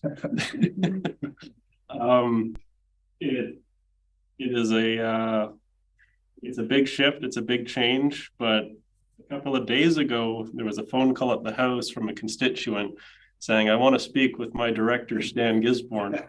And like, well, it's been a while, but that's the kind of legacy. So as his son, I appreciate everything he did in the camping trips, but as director, I'd like to thank him for his many years of service to this organization, because it's not an easy job. And one of the things that we started with in 87 was water and Westlake and protection of the environment. And there's still hot issues to this day. So that's the end of my report, other than I am now plugged in again and catching up on my emails. And I'd like to thank the regional district for their flowers they sent. And a couple of days ago, one of the staff called me to say, hey, Mark, there's 2 items in your emails that you need to get a response from. And I really appreciated that, because there's a lot of emails I got to get through, but I would like to thank the staff for giving me that heads up of, Mark, this is your priority that you need to do right now. because, well, I've kind of got my hands full with the kids and getting the family back together. So just like to say thank you, and that's it for me this month. Okay, I think I can speak for everybody. We're really sorry to hear about the passing of your father, and our thoughts are with you and your family. McCormick. Thank you, Chair. And just a word to Director Gisborne. I'm the only person on this board who actually served with your dad the first year before he got sick, 2015. And it was a delight to learn from him. So I'm very sorry for your loss, but you can be very proud of the contributions that he made. So I think that's pretty cool. So anyway, back to my report. On the 29th of June, I attended a virtual meeting hosted by MOTI regarding transportation to and from the Lower Mainland. And they were collecting input from people, not giving out any plans for the future, but was certainly very vocal in my belief that it is important to establish permanent bus transportation between Powell River and the Lower Mainland. July 1st, Canada Day. Something that doesn't happen very often, thank goodness, on Texada is a fire. We had a major fire on Texada that day, and it was a commercial premises that burned down. But I just want to take a moment to really praise the firefighters of the Gillies Bay Volunteer Fire Department and the Venanda Volunteer Fire Department who came to Gillies Bay's aid. The fire was in Gillies Bay, and how they protected the trees around the site and kept the fire from spreading. Even the house next door had no smoke damage, no damage at all. So I just wanted to say thank you to the fire departments and express praise for the very professional way that they got that fire under control and put it out. On the 11th of July, there was a public hearing on Texada regarding the watershed protection bylaw. Director Gisborne, Director Lennox were in attendance, and it was quite a good crowd there. So we did hear opinions about that. And on the 15th and 16th, of course, was Sandcastle weekend. Now, it was very well attended in spite of logger sports being the same day and townsite days being the same day. I was the judge for the parade, which I typically am, and it was great fun. We had the rowers who were, mimicking being in a dragon boat team while walking, and they did that very well. We had a birthday cake from the Heritage Historical Society, and they won a prize for, they had a big birthday cake constructed on a truck. And so it was very well done. But I want to put in a comment about the timing of these events. Sandcastle is based on the tide. It's based on a Sunday tide that was low enough in the morning for the sandcastles to be built, but doesn't come up too quickly in the afternoon so that the judging can also take place and people can enjoy the sandcastles before the tide comes in. So I would ask that in future, the organizers of these events, logger sports, townsite days, whatever, that they talk to each other and find out what else is going on. Record now. It could have been any weekend, but that was the weekend that was best for building sandcastles. So it's too bad it was all on the same weekend. But we do need coordination, maybe through Tourism Powell River. I don't know, the best way to coordinate that, but I think that we do need to coordinate some of these events so that people who want to go through different things can in fact do that. That is my report. Thank you very much, Chair. You're very welcome. I had received reports about the lip sync contest over there. It's quite entertaining. So did you get up there? And I was one of the scorekeepers. Very good. Yeah, a friend of myself sat there. There were 3 judges in the audience that were already predetermined, and runners, the kids who would bring up their ballots every time an act performed. They'd bring up their ballots and we'd record, all the scores. So we knew who the winners were first, and then had to let the MC know. So yeah, it was fun. It sounded really entertaining, yeah. And a laser light show after that. What more could you ask for, right? Dr. Elliott. Thank you, Chair. Condolences to the Gisborne family. Very interested to know about when ceremonies for paying respects and so forth might be happening. I'm sure others in your area would be as well. We're sorting that out. So first of all, the BC Ferries Advisory Committee is getting its terms of references revamped, and they're asking those of us who are on the advisory committee to go and tell them what we think of their draft. And I'm going to go about August 2nd.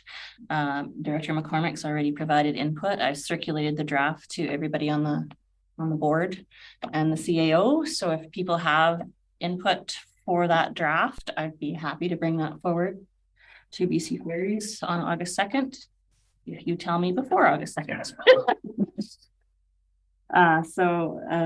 June 30th, I met with Michelle Hanna, who is the Director of Operations at Vancouver Coastal Health at our hospital for this particular community.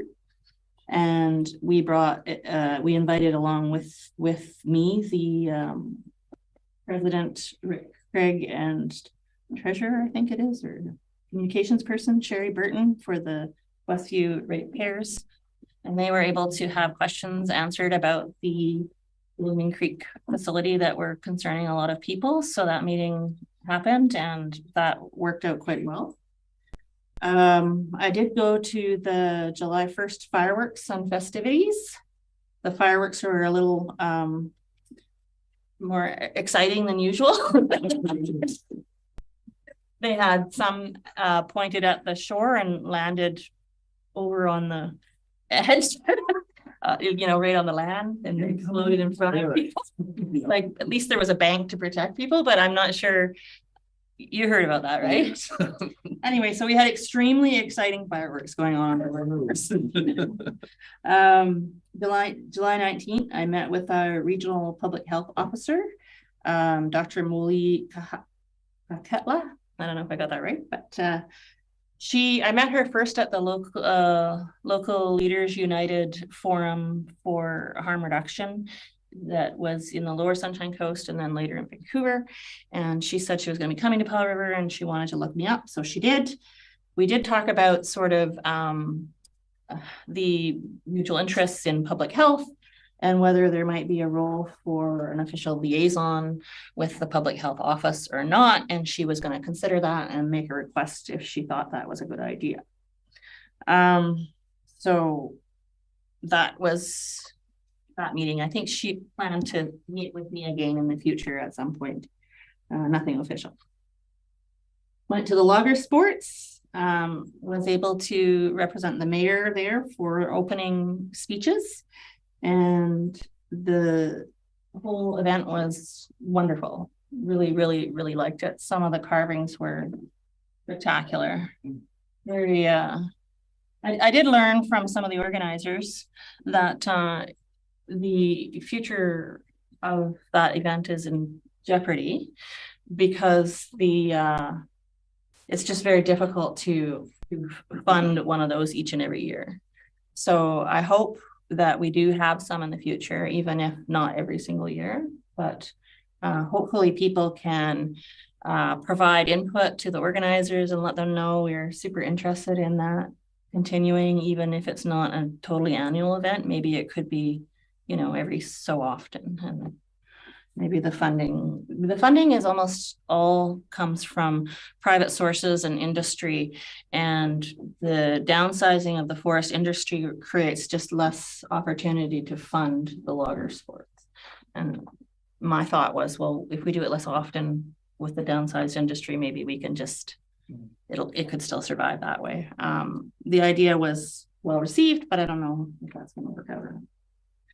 I did attend our community action team that was just on Monday of this week. And we had some very interesting guests there. We had Dr. Jeff Bardwell from the University of Waterloo, and he did a presentation on high-tech solutions for harm reduction and some ideas for pilots that could possibly work in that. For including services to people who don't live right in the center. So we got to talk about that a little bit. We also had a guest from Vancouver, Dr. Scott McDonald, and a young student from UBC. And the reason they were at our community action team was because they believe they had stuff to learn from us. They said Kellett has the only community action team that is as active, well-attended, and getting results the way ours is. They said that downtown Vancouver, which is where he does prescribing services for harm reduction services and has been for quite a number of years, they used to be the front runner, the leader, the teachings, other folks what to do. He said he was now coming here to learn from us. So well done, get that cat, because that's pretty high praise from somebody who's been working in this area for quite some time. I also attended the Supportive Housing Advisory meeting, which went well. It was stayed on time. We had reported out on a lot of statistics that remain confidential. So I can, but they are planning to try and put them in a format that they can share with the community. So they were quite new, those stats, and they were trying to get them in a form that was shareable, and they plan on doing that soon. So stay tuned for that. And that concludes my report. Thanks. Going back to the Lager Sports, you go through the brochure and it's surprising how many sponsors are business sponsors in the community and stuff like that. And the number of volunteers it takes to keep that thing going, it's quite an operation, and that they can offer that all to the community to attend for free. So if anybody's still interested, the carvings are down there and they're pretty amazing. Yeah, they're pretty amazing. Director Kellett. Yeah, it was interesting with all of the community events going on, and I know from the different groups that I talked to, scheduling an event in the summertime is quite challenging. You have to account for the tides, and you have to account for festivals in other communities and try to make sure that you fit in. And there's a lot of things going on, and that's one of the nice problems to have when we have too many festivals, too many gatherings for everybody to attend. This reflects on our community. I'm trying to remember, because it's not in my calendar, about when the choral cathalamy was, because I went to the opening and closing, and I was gobsmacked by that performance. There was a 1,000-person choir in the Grand Hall, which I'd never heard of before, but it turned out it was the arena at the Rec Center. And it was a grand hall, but to listen to 1,000 voices from around the world was truly inspiring. And all these people had been brought to what they think is the most impressive community in the world. And you couldn't get that kind of reaction with an investment in anything else other than that. It made me really proud of the community. And you know, all you need to do is, if you want to meet somebody that you know in town, just go there. And you bump into the other directors, you bump into everybody in the community, and most of them are actually volunteering and trying to help other people to their seats. So that was inspiring. And went to as many of the events as I could, the Troutite Garage Sale and the Street Festival. And I looked at the ferry to Texada and I thought, no, Lager Sports is going to have to win today. But I would have just added to the crowd in Texada. So, but I really have to have a shout out to appreciation. You have appreciation to everybody that works all year round to make all these festivals happen and give us the community that we have. I went as the regional district representative to the Supportive Housing Community Advisory Group. There was a lot of things talked about. They are really working with the community to try to get some statistics on what's happening there. Some of them they want to keep confidential because they're talking about personal private information on people's homes. And supportive housing is a home for 44 people when it's full. And they give us a number, and they're going to talk about what can be made public in the future. Some of what they're talking about does impact on the regional district and the regional hospital district, because as most people may know or may not know, that the supportive housing sits on a piece of regional hospital district property, and it's surrounded by regional hospital district forested land. There's recently been a couple of tents that have been set up there, people moving into the neighborhood, and so far they've been able to deal with that with the RCMP and managed to move the issue. But with the increasing number of homelessness, it's something that is going to have to be dealt with in the community in the future. Talked a little bit at that meeting about the trails that go through the regional district property there. And my comment is that the trails are a valuable connection and valuable active transportation network for people. So the likelihood of the regional district blocking off trails is quite slim. But we want to make sure that the property use is appropriate, and we'll be working to try to find places for people to go if they're camping in the regional district property. But a busy month, and it was really good to be out talking to everybody in the community and seeing what we can all do when we work together. Thanks for mentioning Tla'amin there. It always surprised me. Tla'amin, Prisma, Logger Sports, 3 internationally known events happening on a regular basis in our little community. It's pretty neat. And finally, Director Lennox. Yeah, and I also echo the loss for your family and Director Gisborne.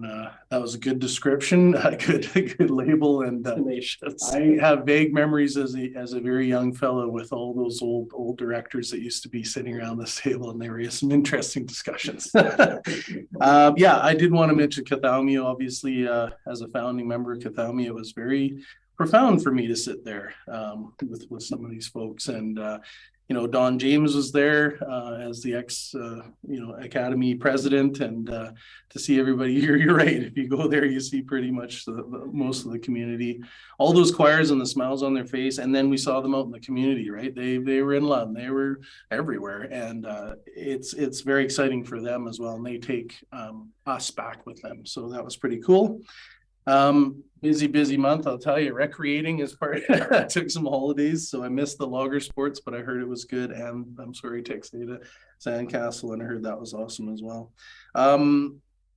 We've had recent meetings with the building committee for the Northside Community Recreation Center. That's going along well. They're working with staff. ASIC, so that's the Association Savior Island Committee. Brand new group over there. I was invited to the AGM. I went over.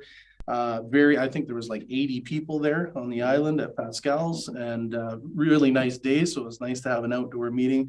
You know, they report they have 851 member contacts on that committee. That's, you know, for a small island, that was pretty interesting to learn. You know, they're really active in their community and trying to get that input from people. A lot of volunteerism, as we talked about, data gathering, surveying residents on the current issues, email campaigns, working on their websites, working with different subcommittees on their roads. The visitors advisory subcommittee, you know, they get a lot, you know, I think we calculated it's, you know, 50, 60 people an hour coming across that water taxi float at times. And I stood there and watched it after the, you know, the human masses that were moving back and forth. So impactful to the island. They talked to some good best practices in educating the folks, the visitors and their residents, from garbage to, you know, just their sensitive ecosystem, cooperating with the other community groups. Really good to see. There was some good news. The RCMP, I think I mentioned before, have been able to be on the island for the next upcoming long weekend. And as we know, we've had some issues over there. They need policing. You know, some of the young folks get kind of going, and there's been some hazards created, but it looks like they got a good plan. That was received really well by the community. and people stepped up to, give them a place to stay and all that. Beach access and trails, big on their list. I know we're fed back to, through our ongoing work on beach on access and trails in the entire region.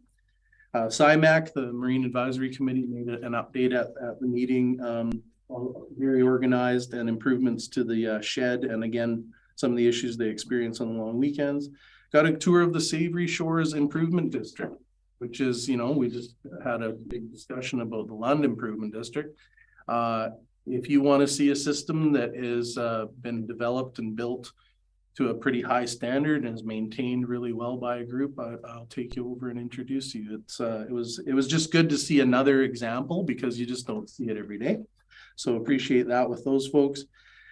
The public hearing meeting on Texada, there was a lot of folks that turned out, and we kind of anticipated maybe there'd be a few more questions or issues, but I think they were there to just make sure that the process was unfolding. And it was really cool to go over to Texada again. It's been a little while, and of course the whole time back on the ferry we got a humpback show breaching out of the water, and just normal stuff like that, right? So that was awesome. And Lund, north side all the way from Tla'amin north it's just busy, right? The highway is busy. Up in the back country is busy. I picked up a hitchhiker. Yes, I'm sorry. Still pick up hitchhikers, a young man from New Zealand. And I could tell he had the backpack and the whole thing. I said, I better give this guy a ride. And just to listen to another perspective from, again, somebody who's not from around here, it was pretty humbling. So, talked a little bit about bear safety, which I thought was appropriate. I asked him if he was having bacon sandwiches, but just the pride that I felt. Whatever I got here, almost done. Lots of feedback on the Lund Waterworks Improvement District, as you can see, and that's good. That's community right there, and they're involved, so that's a good thing.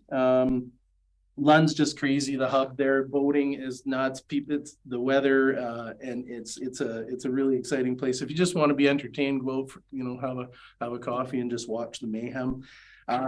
Seeing people from around the region, right? Folks from so the city and all your areas. I see them now in the community. It's neat in the summer to have a discussion.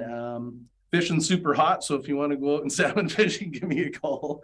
And I just saw the last email there, Lund Days. So Lund Days has been on again, off again over many, many years. They are organized on July 29th from 12 a.m. It says till 12 a.m. again. So 12 p.m. to 12 a.m. So there must be some activities there. So I encourage you to head out to Lund on the 29th and check it out. Great, thanks. Yeah, it is busy up there. I recently rode my bike up there. And, I wish they would improve the road. Thank you, yes. Because it gets a little hairy with all the traffic coming to and fro, and when and there's no shoulder to ride on, so you got to rely on the drivers to be inviting you to a meeting here soon. Okay, done with the director's reports. Sorry. It's been 2 hours, and before we get on to the next items, could we have a 5 minute? Sure, let's do it. That's a good idea. For 5 minutes, come back. Well, we arranged the whales just for you. Thank you. Yes. I know there's been a lot of them around lately. I could hear them the other night. I was sitting out doing and then smack. There's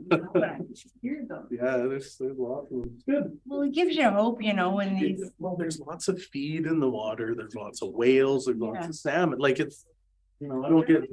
Years back. I'll take you up on that offer. It's dark. Yeah. Can't see a thing. And I'm down at my dock in Lund, and I can hear this humpback blow. It was right in Finn Bay. Like Cindy, when was this?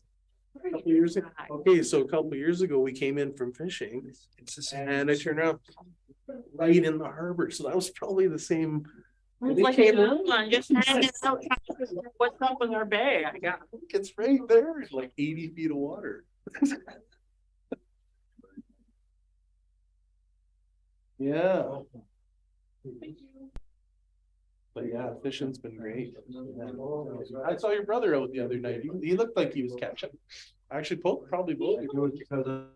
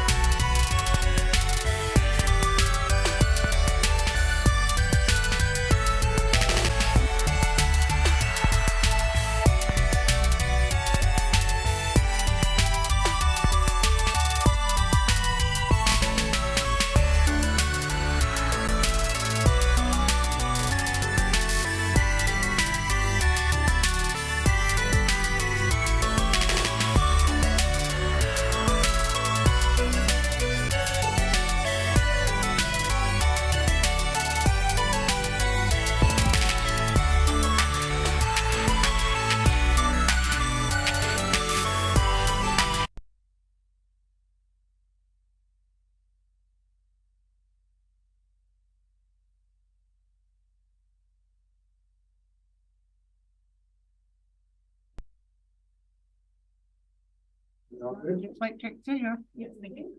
Okay, we are back and we're up to the consent agenda. I know one item that needs to be removed is item 10.2 because Director Elliott has a conflict with that.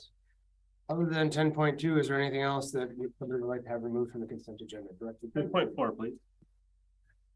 10.4 code of conduct. Okay, well, Excuse me. those are moved now. Any other removals? If not, can we get a motion to accept the consent agenda? Director Gisborne, second by Director McCormick. All in favor? Okay, none opposed, motion carried. No, now we are looking at 10.2 is the new 11.1. So, I would declare conflict because I sit on the board for that organization. okay. Director Elliott is leaving the room.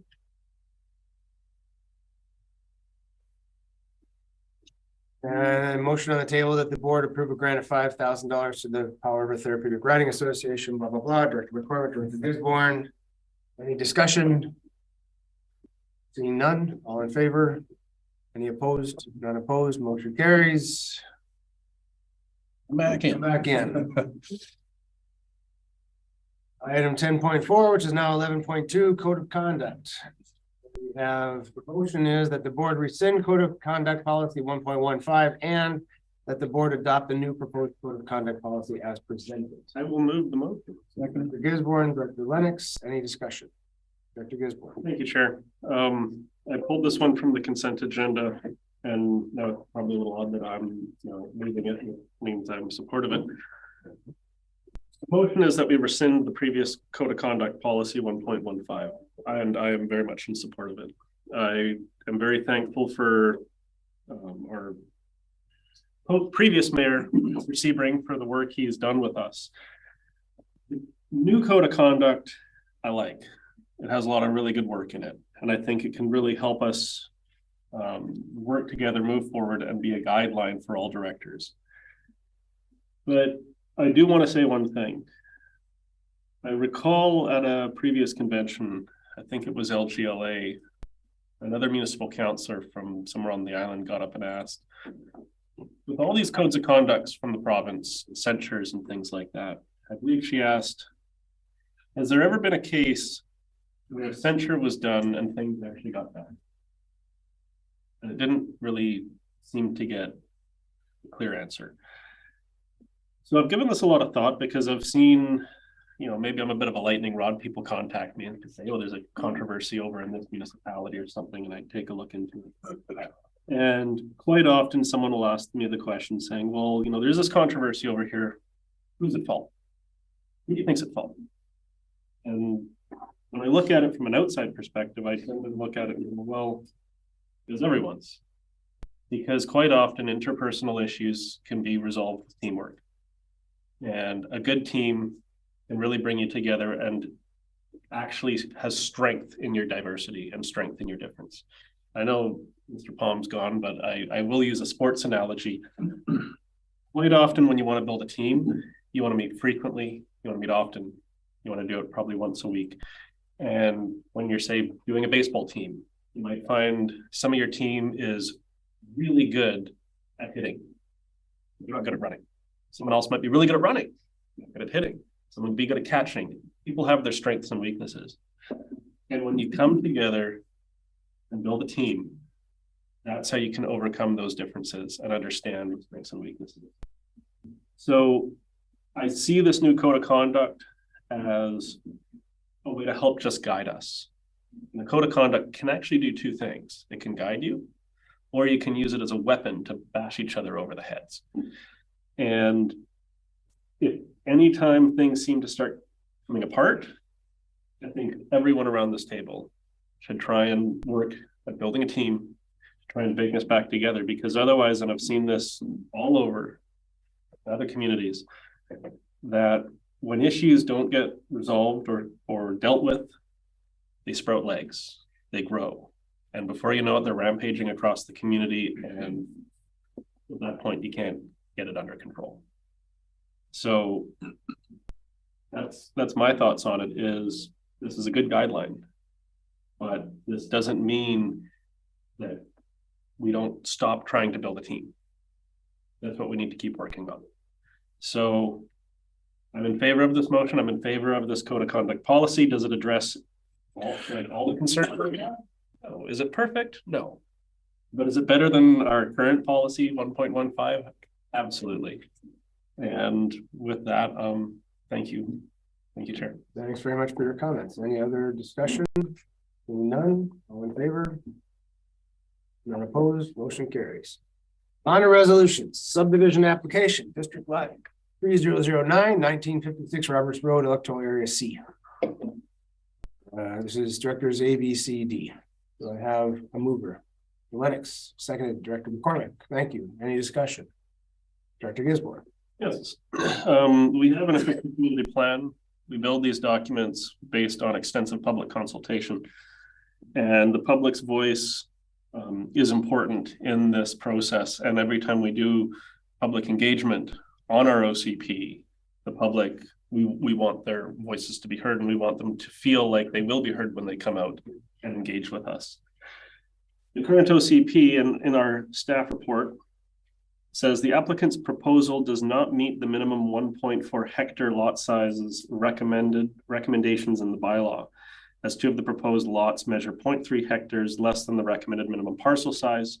The existing parcel measures 4.17 hectares, and the applicant could only meet the average parcel size recommendations if they proposed 2 lots at 2.8 hectares rather than 3. And that, I cannot support an application that is inconsistent with the policies of the OCP. And my concern is that if we do support subdivisions that are inconsistent with OCP policies, that when we go to do public engagement or updating our OCPs, how will that impact the public's participation? Will they actually feel like their voices are heard if we're not adhering to the existing policies that we have? Thank you, Chair. Okay, thank you. Any other discussion, Director McCormick? Yeah, thank you. I do support the recommendation. I think that although, yes, they are technically slightly smaller than what is in the OCP, we're also facing a housing crisis, which didn't exist at the time that these OCPs were written. At least it wasn't publicly talked about. And so the more we hear from people who can't get into the market, they're trying to find something to buy, the more I believe that some of these policies in our OCPs are really outdated and need to be revised. And so I have no problem supporting this recommendation. I think we need to go for smaller lot sizes for more affordable properties and encourage more people to be able to get a piece of that dream.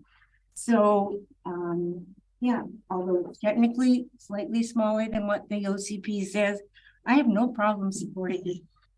Thank you. Thanks very much. I also going to be in support of it, and I appreciate the comments that both of you have, but especially the need for housing, and the staff has also taken the time to make sure that it doesn't change the feel of the neighborhood, that there are many properties around there of similar size, that it's not going to be a drastic change. So I see the benefits outweighing the, I guess, shortcomings of the proposal. Director Lennox, anything? Or okay, second time, Director Gisborne. Yeah, the number of lots and the number of houses, I don't see as entirely related.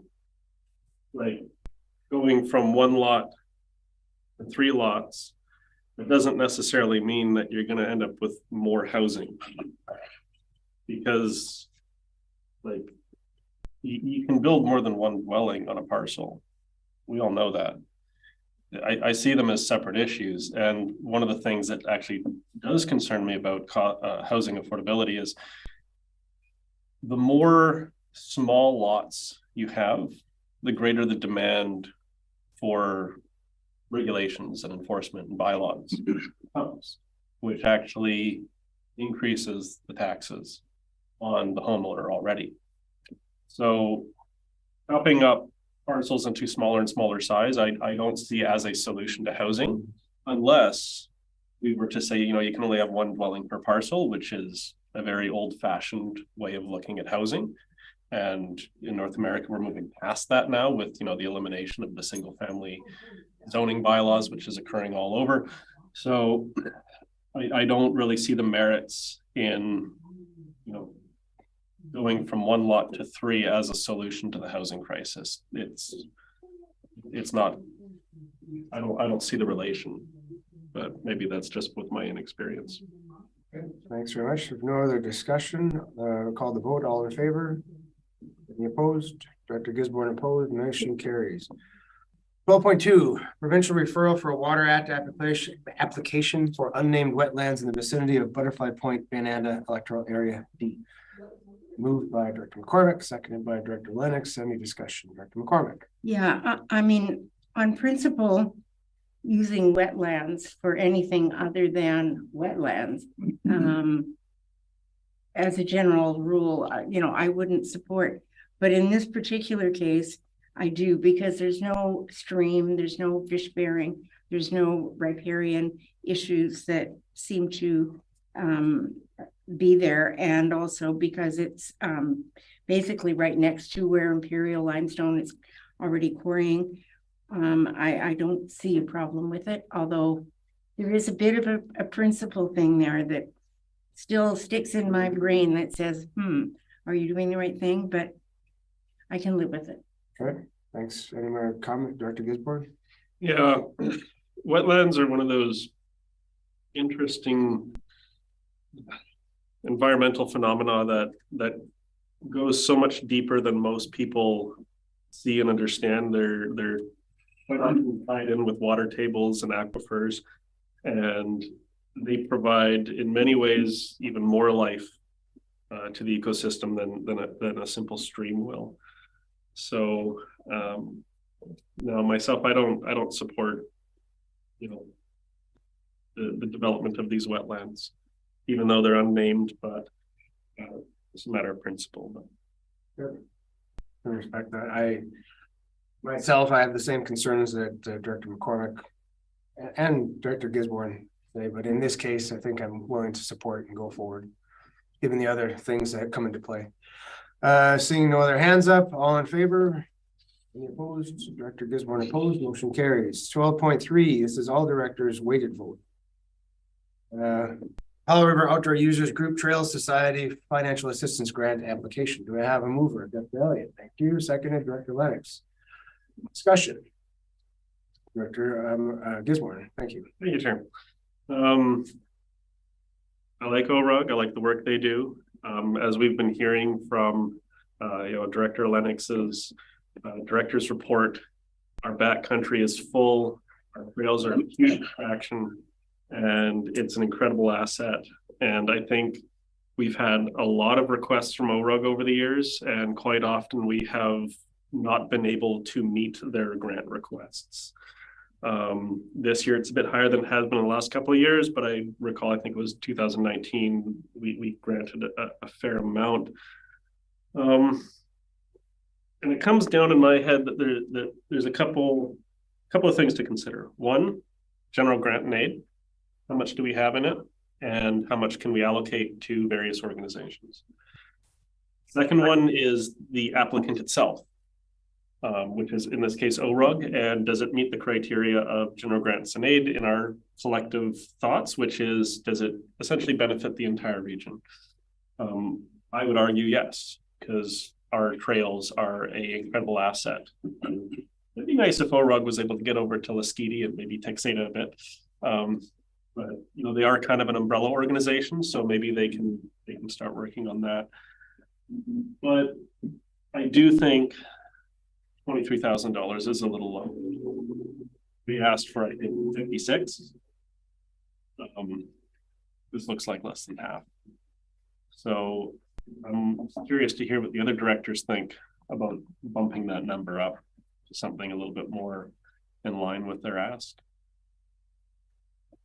I see no other hands up. So I'll call the vote. All in favor? Any opposed? None opposed. Motion carries.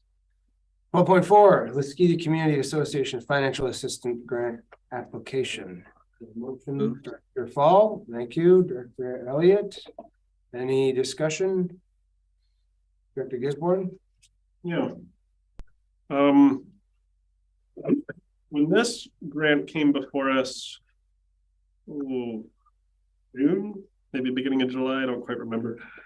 One of the topics that came up was a funding disparity between Lasqueti and general grant and aid. I agree with that funding disparity, and that should be rectified. However, this grant request at this point is not coming from general grant and aid. It's coming from the social planning service.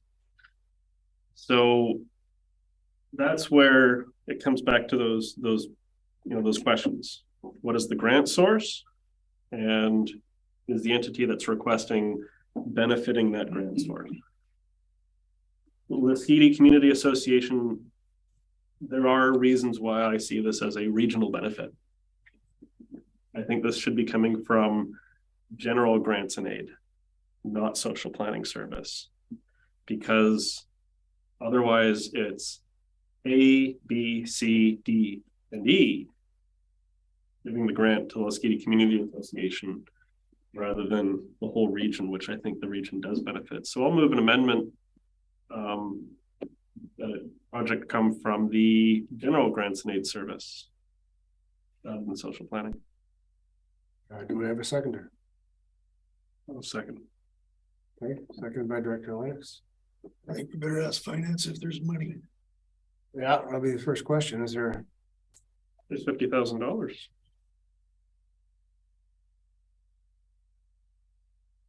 Mr. Cohenhoven? Thank you, through the chair. There currently is $55,000 in the general grants and aid service that is available to be allocated to the requests at this meeting. Okay. Brilliant. Thanks. I'd like the chair to recognize that city directors would be able to vote on this particular amendment since it's affecting general grants and aid. Sure. All right, is that right? No. No, not this one. Okay. The amendment. But I thought it was all related. Okay, let's. It's going from social to general.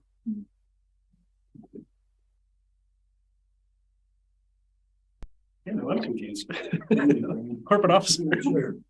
There's been a bit of a change in scheme of things here because we were dealing with one particular service, and the amendment is now to take it out of that service. I mean, like legitimately transfer the monies over into this service.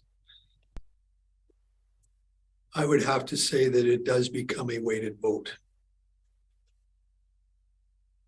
Okay, including the city directors. Yes. Okay. And I just want to make a comment. I believe Director Mr. Cohenhoven says 55,000 be dispersed, but 5,000 has already been earmarked. And, well, actually, the entire 55 has been earmarked. So, where are we at? Director McCormick, I believe you had your hand. Yeah, I just wanted to say that. Had his hand up. Oh, did he? Okay. Sorry, we'll get right back to you. I apologize. Mr. Cohenhoven? Thank you, Chair. I appreciate the correction there. I agree with your comment. Okay. Director McCormick. Yeah, just to say that I realized that it was originally intended to be from general grant and aid, but when we at committee decided that we would put forward the financial assistance application for LIFT and fund that out of general grant and aid, that limited the amount of money that we had left.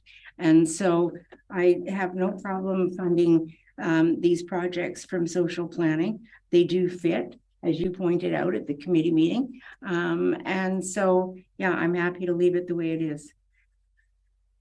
Okay, To leave it. Director Fall. I'll just be brief. I don't think we should make this amendment or adopt this amendment. We've had a lot of discussion on the general grants and aid, and while this project could have been funded under general grants and aid, and if we could shuffle money around, maybe it even should have, but it can be funded under social planning, and that if we leave it under social planning, that will leave the funds available for LIFT that we agreed on at the last committee meeting. And the second comment I'd like to make is that the tax equity issues that I raised for Lasqueti for Area E regarding the general grants and aid apply equally, if not more so, for social planning. So there is a tax equity discrepancy that Director Gisborne mentioned that exists in social planning. So in terms of helping provide some funding from these services for Lasqueti for applicants, coming from social planning works just as well as coming from general grants and aid. And the main issue overall is that we're able to fund the projects that we feel have merit, and leaving it in social planning allows us to do that while funding the other projects that we would like to fund. Thank you. Yeah, any other Dr. Gisborne? If there's no one else going for a phone.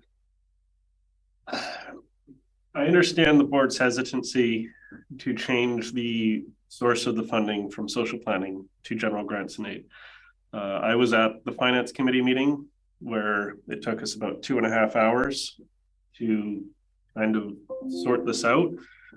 I was quite frustrated at the finance committee meeting because, of course, these issues were postponed from the June meeting. And I think one of the greatest solutions to, not running into these same issues is to have a bit of a roundtable discussion before we insist on motions and resolutions. So earlier today in our board, we actually had, a 10-minute bit of a roundtable, and that helped us kind of understand what we want to do.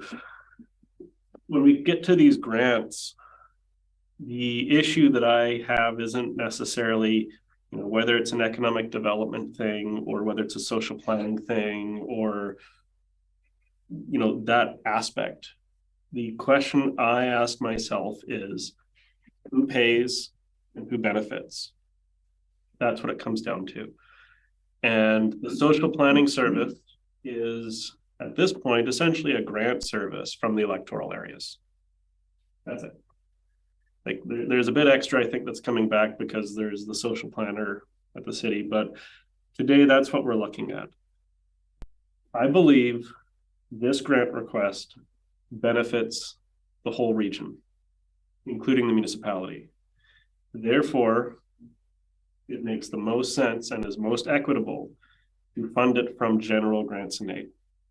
If there is insufficient funding in general grants and aid, then we should improve the budget at the next cycle, or we should cut back on, the amount that we're giving out to kind of like we've done to ORUG every single year.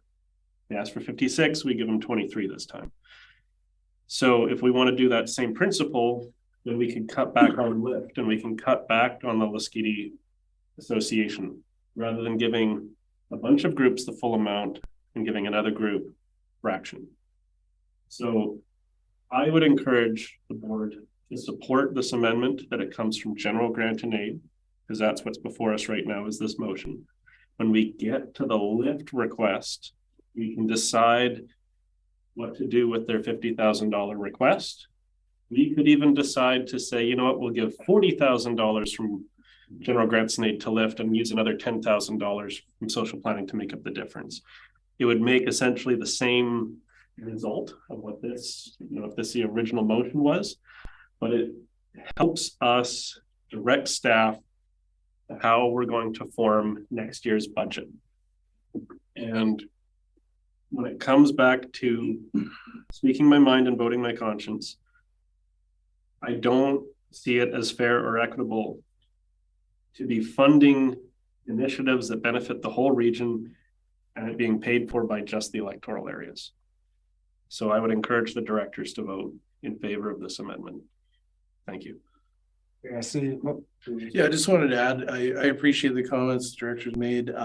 And we did hash this out for quite a while at our finance meeting. And I think we're talking about the same objectives and how we're all a little unsatisfied with the grants and aid process. I know I'm still not where I want to be. And so I think what you've identified is what the issues are. And I think we've come to a solution and also identified that we need to look at our grant and aid process, and that's been well established. So I understand the intent, but I'm not prepared to support the amendment at this time.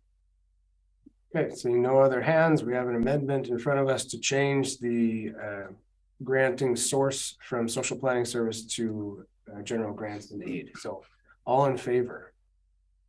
All opposed? Are we voting or not? I think we should. The motion has been defeated. Back to the original motion. There's no more discussion. I'll call the question. All in favor? Any opposed? Director Gisborne. Opposed.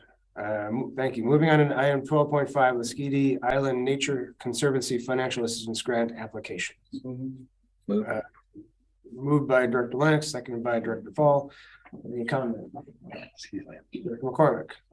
Yeah, I think this motion really underscores the need to have a fulsome discussion on our grant and aid process. The grant to Savory Island came from Area A taxpayers for their land conservancy. And yet here's a land conservancy for Lasqueti Island that's being paid for from social planning. So I think we need to kind of get our, ducks in a row and have a more streamlined, more clear, more understandable, fair process for doing these grants. And that will come. But I think for this year, we're trying to give as much money as we can to the needy groups that need it. And so by funding it this way through social planning, everybody gets something. And I think that's pretty important. So I definitely support this. Thank you. Any other, Director Gisborne? Yeah, I concur with the comments of Director McCormick. How we handle our grants is a big issue for this board to sort out. I believe at the committee level, I put forward a notice of motion to review the social planning service, and I hope that resolution or motion is going to be coming before the August Finance Committee. So in about a week, we're going to be talking hopefully about the social planning service and whether or not it's meeting our objectives or whether it's just creating more confusion amongst our board when we go to distribute grants.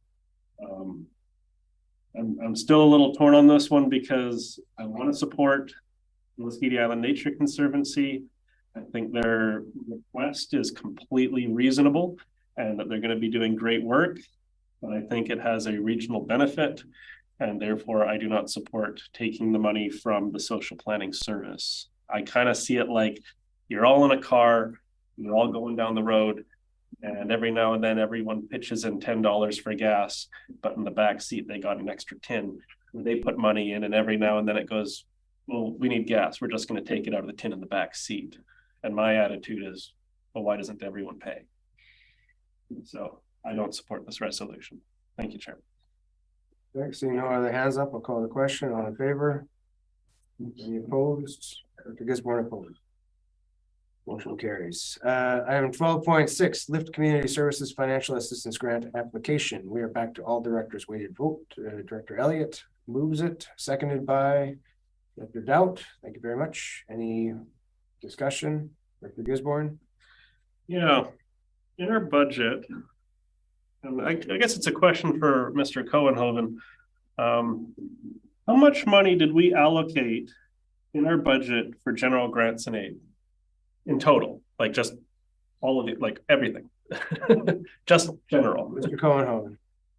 Thank you. Through the chair, we started the year with $96,000 in general grants and aid.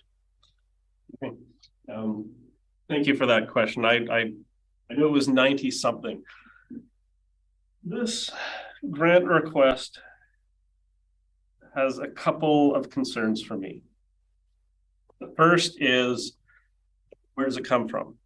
General grant and aid. General grant and aid, we allocated $96,000, and that is to support the needy groups that benefit the entire region. That's not a lot of money for initiatives that benefit the whole region. And $50,000 of that $96,000 is right now before us to be given to LIFT for the Community Resource Center. That's roughly $2.50 from every man, woman, and child in this region.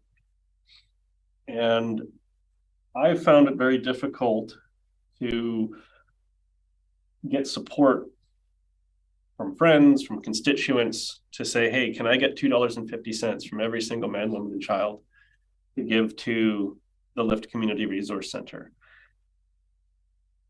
One of the big hurdles to myself feeling comfortable giving money to the Community Resource Center is that we already do through our income tax, because they get provincial funding. And there's a great book published by the UBCM called Local Government in British Columbia. And I can't remember which page, but somewhere in that book, it talks about how provincial responsibility of social issues around homelessness, around medical issues, are historically the responsibility and the purview of the provincial government. And that the province has constantly been trying to download these responsibilities onto local government. Now, I read that in the book, and that book was published in 1987. And yet here we are over 30 years later, and it's the same kind of challenge. I think LIFT and the Community Resource Center should get the support they need. I think they should be able to be getting what they need to provide the services that they provide. But I don't think it should be coming from the local government and the local property taxpayer, because they're already receiving significant funding from the provincial government, but they're not receiving enough money from the provincial government. That's the other big issue that I have with giving local taxpayers money, because they've already paid through their income tax. They've already paid to the province. And to now take more than half of our grant funding for things that benefit the entire region, which we haven't allocated enough. That's why we cut ORUG's funding. We cut their request. I would be in support of a grant of $25,000 to LIFT, because we cut ORUG's funding. So we might as well do something equivalent. But as this currently stands, to give more than half of our general grant funding to LIFT for something which I think is provincial responsibility, I don't see how I can get support from the taxpayers and the community on this one. So unless there's an amendment, I can't support this. All right. Any other discussion? When the discussion first started about the LIFT application, I was not in support of giving them anything, to be honest, because of the crime and disorder that facility has generated in the neighborhood. However, listening to everything that was said at committee, I am willing to say, okay, you do good work. LIFT does good work. They help the neediest of the needy, including people on Texada. And so I can see, okay, I'm willing to give them kind of one more shot. I mean, this is like, if you guys don't clean up your act this year, I can't, support again a group that is creating this level of angst by their very presence. But I am willing to support it this year. I don't want to see them cut off because they do good work and because it is needed work, and because if they didn't do that work, the level of crime and disorder would probably be significantly higher than what we are currently experiencing. So I do support the recommendation with reservations, but I will vote for it this year, and maybe not in the future, but yeah, I think it is worthy of our support. And I support it being from general grants and aid, because I feel that it is located in the city. The majority of people who are served by this group are city residents. And so it is reasonable to fund it from general grant and aid, which is funded by all electoral areas and the city. So I support it. Thank you. Any other, see no other hands, so I'll call the question. All in favor? Any opposed? Director Gisborne opposed. 4.7 we've already dealt with. So no reports on the bylaw. Resource Recovery Center and Waste Transfer Station Loan Authorization Bylaw number 587, 2023 adoption. Can I get somebody to read that motion for me? Director Bell, thank you. No, you have to read it, the bylaw. Oh. I have to put my Oh, you were glasses on. thinking. I have to put my glasses on so I can read it. that the board adopt the Resource Recovery Center and Waste Transfer Station Loan Authorization Bylaw number 587-2023. Thank you. Seconded by Director Elliott. Any discussion? Seeing none, all in favor? Any opposed? None opposed, motion carries. Great, new business. Oh, sorry, see you. Okay. New business, 15.1, 2023 UBCM Convention, MACC staff meetings, the Royal Canadian Mounted Police RE, continuing community policing on Texada Island. So Director, okay, yeah. Through the chair, based on previous discussion this afternoon, could I suggest that maybe an "and" be added at the end, and then some language involving municipal affairs regarding the Lund district? I'll move that. Okay. So there's no motion to the blame. You know, so that's the motion that has just been added to. It hasn't been amended because we. I don't think there's been a motion put on the floor yet. Right. I'm suggesting that an "and" be added to the end of it. That includes municipal affairs regarding the Lund Waterworks district. Okay. Happy to move that two-part Thank you. recommendation. And second by Director Elliott. Any discussion? Yeah, thank you. There was a time on Texada when having no police would have been seen as a very welcome. When I was young, that would have been. But now that we're faced with the very in our face reality that it's likely that our detachment is going to close in the not too distant future. We've been warned of that already at the island's Public Safety and Policing Committee. That, you know, the needs of islanders when they call the police are generally in your face needs. It's because there's an intruder in the house. It's because there's an abuse situation going on. And those are things to wait for, you know, the police boat to come over from Powell River, and there has to be 2 officers because you can't, you know, just have one. And it's going to mean delays. It's going to mean delays that will put people's lives in jeopardy. And I'm very concerned. And the policing committee is also very concerned about the possible closure of our detachment.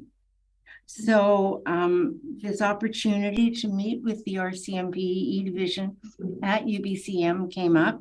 And so I put forward this recommendation because I would like to talk to them about the importance of rural communities in having a police presence. And it's pretty important to the people on Texada. And yeah, we'd actually like to keep the police if we could. So that's why this recommendation is here. And I also support the proposal that we meet with municipal affairs regarding the Lund Water District. Okay. Thank you for your comments. Anybody else? Director Gisborne? Yeah. Thank you, Director McCormick, for bringing this issue about the RCMP on Texada to our attention. You know, we do, you know, regional emergency response, and having an RCMP attachment on the Texada Island is one of those frontline issues. I remember going over to Texada and having a run-in with Ted back when he was still there. I won't say what I was doing, but I was doing something stupid. And having, you know, a local RCMP on the island can help young folks, as I was, make sure I stay out of trouble. So yeah, absolutely support it. The second one, meeting Ministry of Municipal Affairs. Yeah, totally in support of this motion because we got to get it on the docket. We're still going to have that meeting next month about the receivership question. So I know we're asking to meet with this resolution to say we want to meet, but next month we're going to figure out kind of what our stance is and what we'll talk to them about. But yeah, totally in support of both of these resolutions. Thank you, Chair.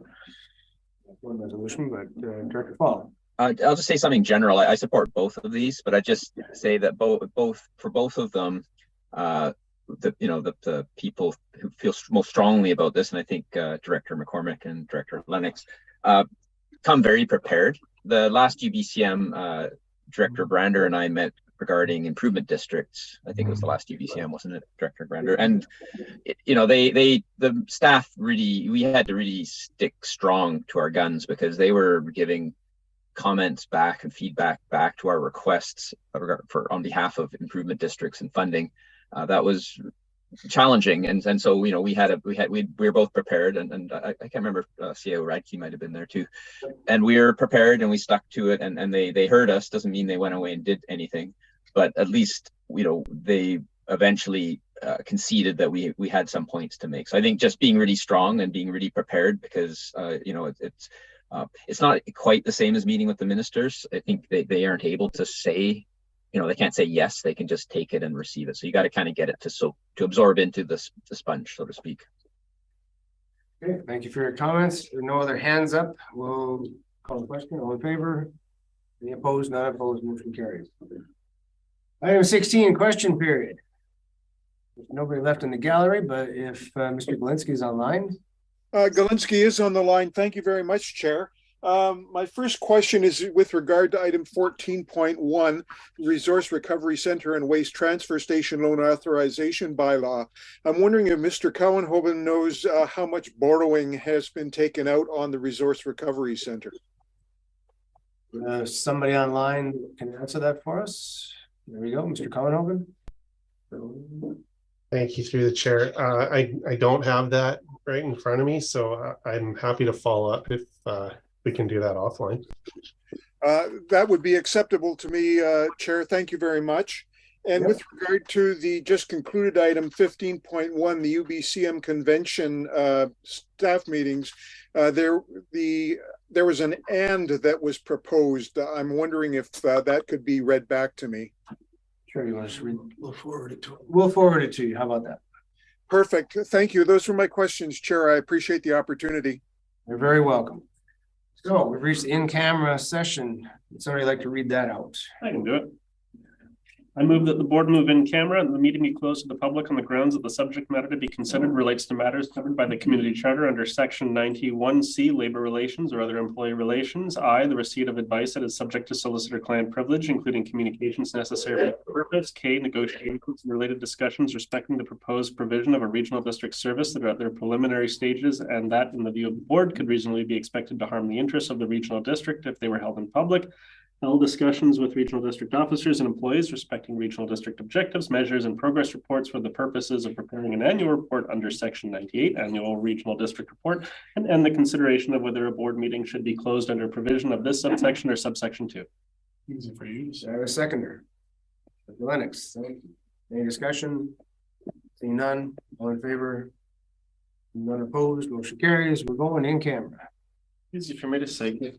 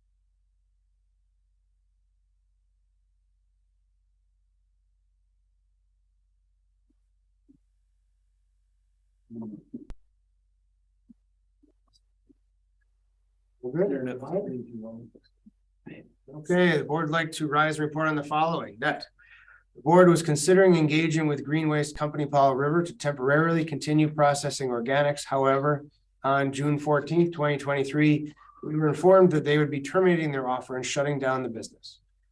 Item 2, the board referred the second quarter 2023 strategic plan progress report to the August open committee of the whole meeting.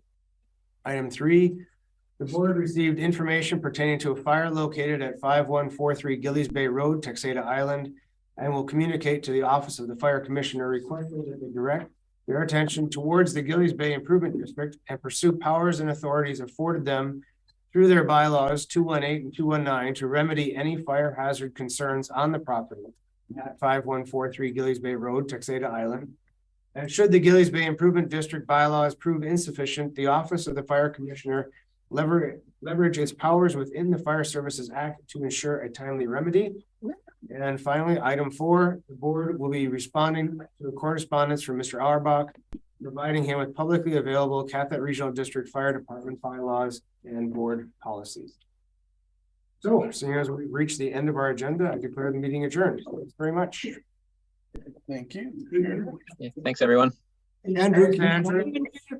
Andrew.